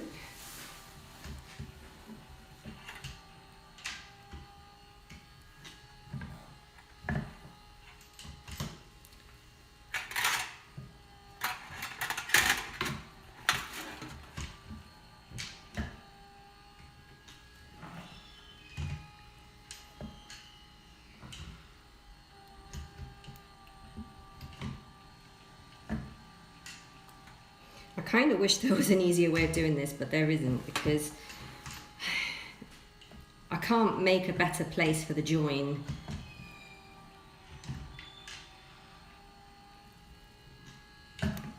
Although I might have to revisit that statement and see if there is a better way to save me this fiddly ass job.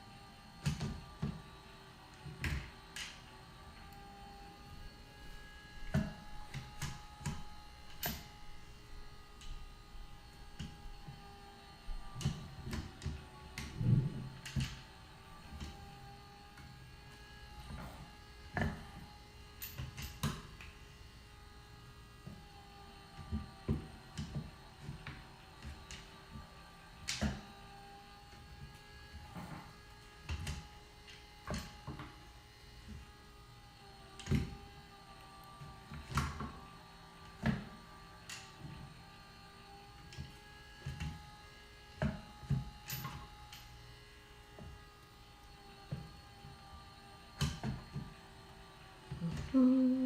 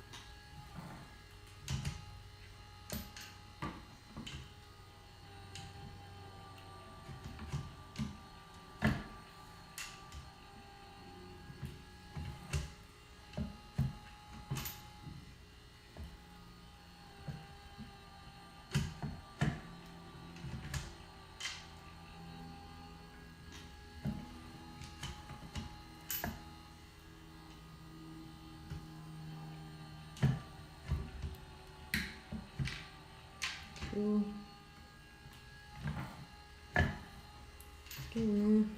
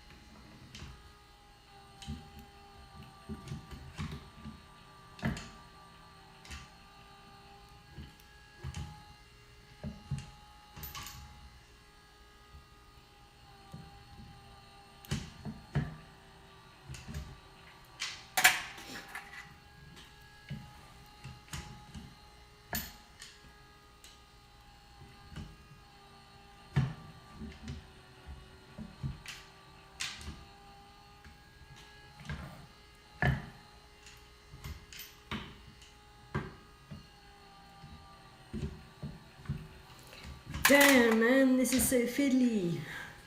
I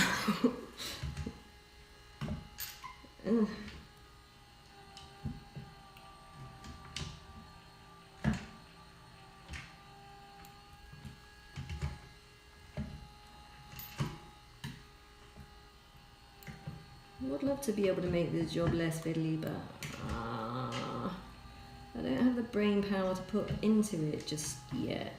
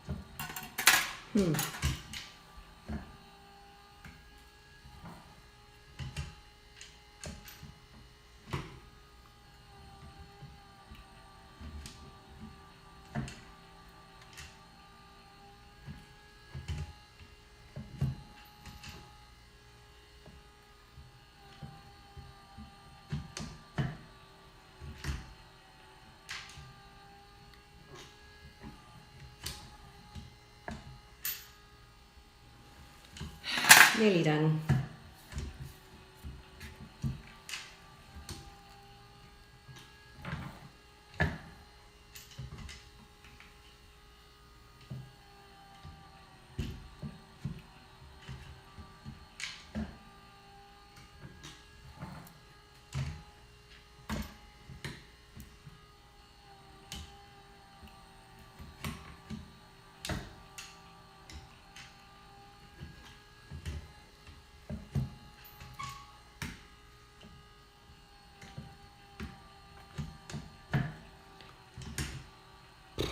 Nearly done, she says. She's all,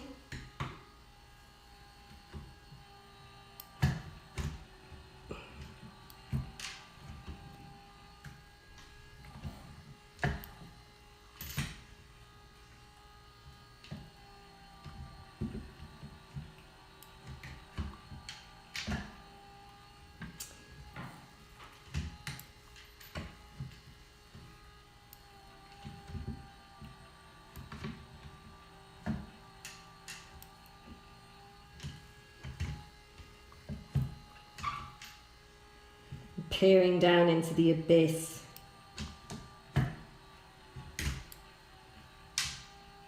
Absolutely fascinating.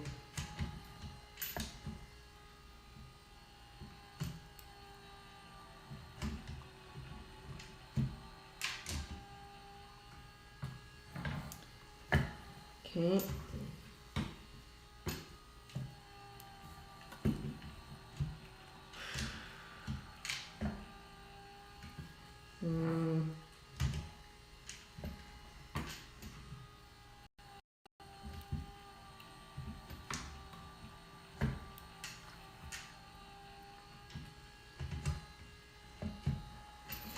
This truly makes me appreciate how complex the female organs are. You know, the fact that we're all able, supposedly, to be able to take this in stride and be really stretchy and functional. Some of us can't, obviously, and that's why I decided to make this thing. Because our tissues are really weak and they slough easily. So that's why I invented this thing, but I had to make it so that it shared the same properties of a real vaginal organ.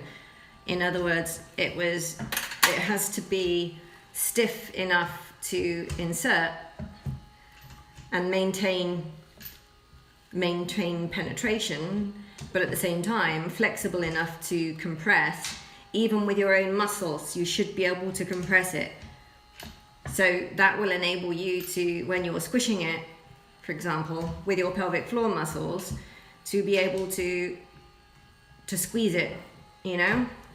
And when you do squeeze it, that transfers through the cup. So you actually get a bit of a feedback, a bit of a massage on the outside, you know? When you squeeze it here, and it just massages you a bit on the outside. So, it offers different sensations, different somatic feedback compared to, you know, typical intercourse. But if you can replace that awful sensation with something that's more pleasurable, then it opens the doorway to a lot of pain sufferers, and, you know, to experience the beauty of intimacy in a different way. So that's why I developed it. But it was also partly because of my own coping mechanisms, I suppose, with intimate trauma. In order to cope with it, I developed a sort of a symbiont inside that protected me.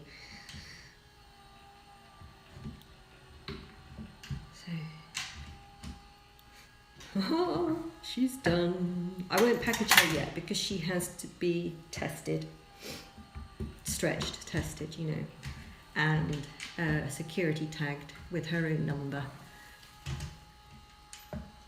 She's pretty, I mean, it's pretty stretchy, but I'm not going to risk doing anything now because,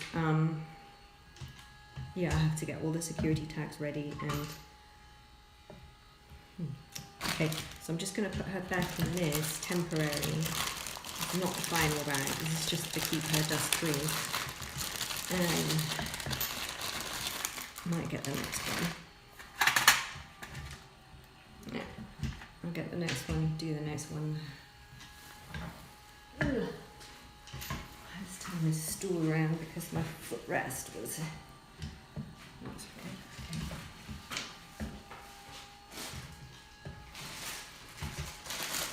So this one is for KC,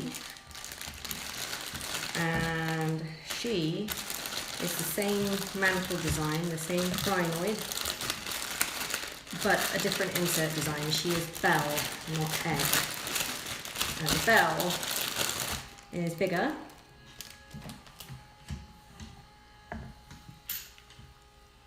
So it squishes in like that, rolls up, inserts, pops open. It's really nice and thin. That's how, look, you can't really see, but she's actually really nice and thin, and yeah. Same process, I still got to cut out this attachment thing.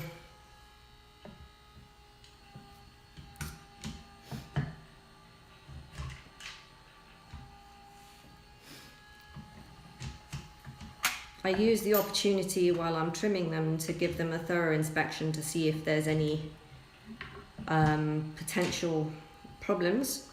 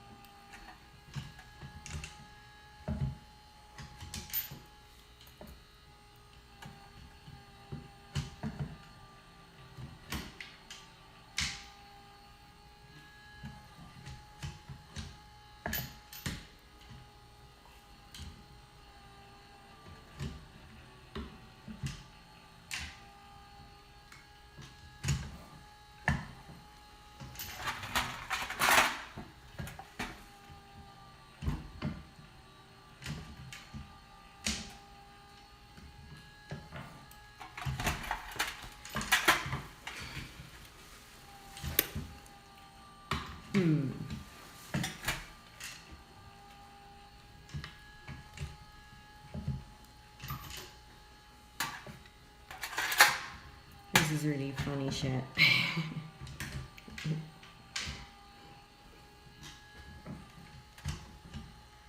Ah.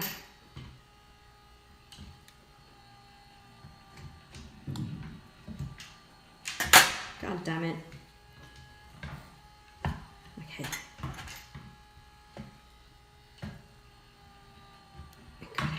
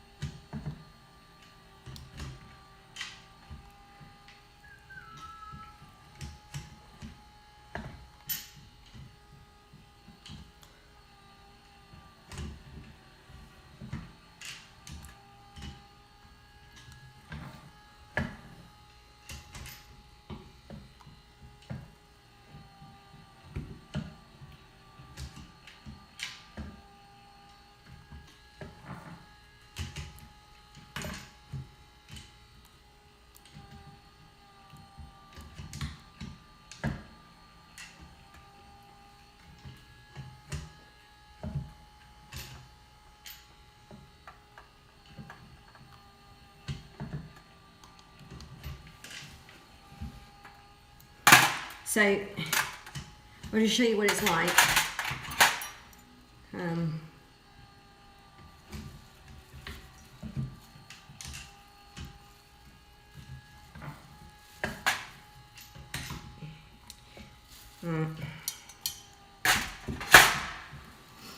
That's the thing trimmed out, and now I have to go in and shave it so that it's, you know, neat, presentable, not raggedy.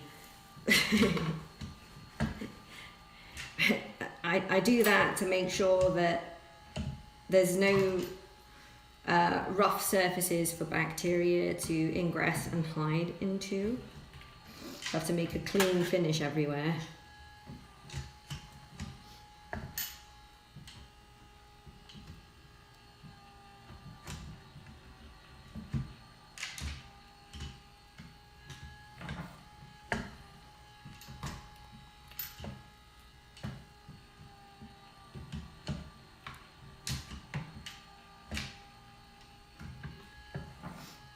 And I've found that this is a constantly improving process. So I'm changing and I'm adapting as I'm going along to make things better all the time. So, you know, a month goes by and the designs are probably updated a little bit with different improvements.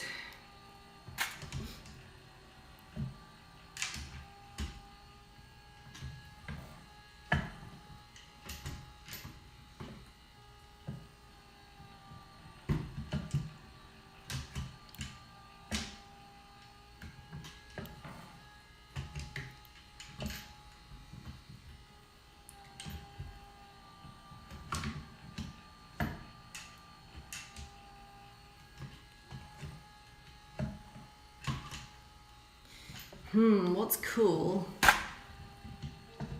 about this, I'm gonna put it on fast cure in a minute because it's not gonna be able to, it's gonna be gelled enough so that it won't slump. So I can take it off the rotocaster and then I'll put it on fast cure while I prepare the next mold to make the next Medusa. And I'll go and take a break shortly and then get ready to cast the next Medusa. So at this stage, the most I'm able to make in a day is maybe 3 or 4, which still keeps me really busy because to fulfill I have to do that many a day, at least 5 days a week. So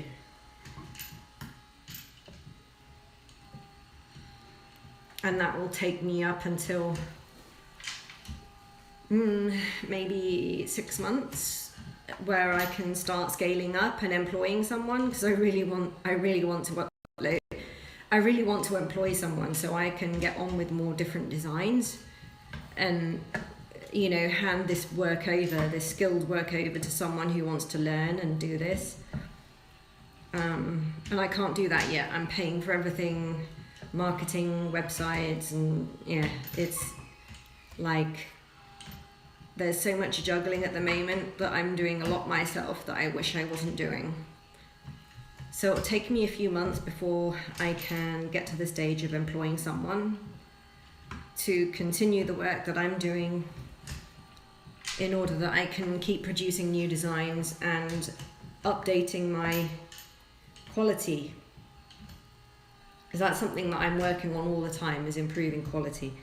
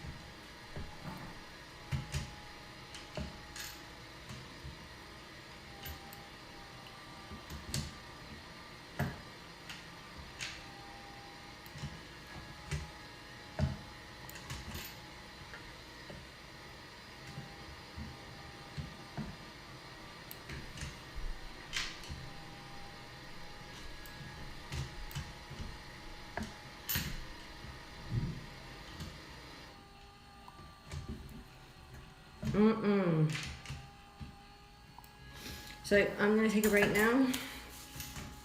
Put this back in the bag for now. Go get some refreshment and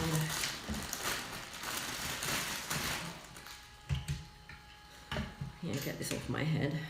It's giving me a bit of a headache actually. So I'll carry on with that later. Put this on fast cure. And then, yeah, get the next one ready.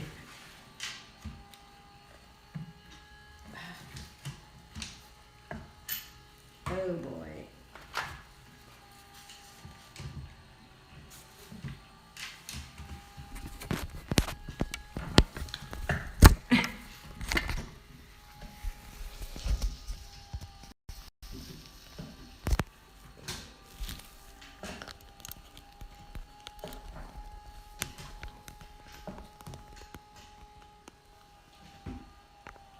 Okay.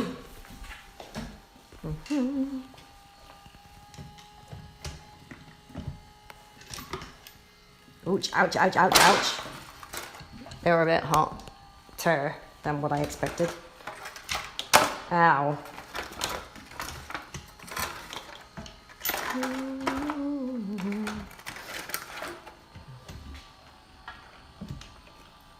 Oh boy, these are so tangled up. Ow.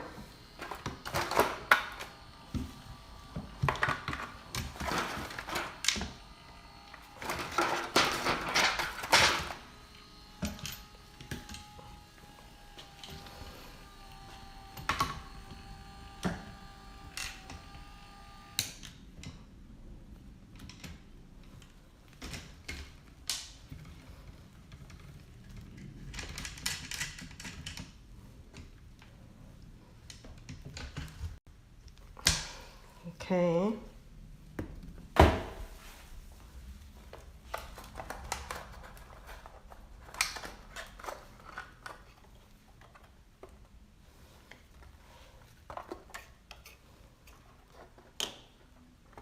So I'll be able to demold that when I finish.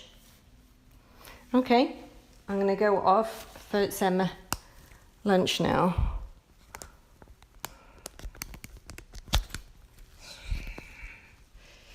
So I usually have like 3 or 4 sessions like this a day to keep up with my workload. And then this week I'm actually going to be spending some time on new developments. So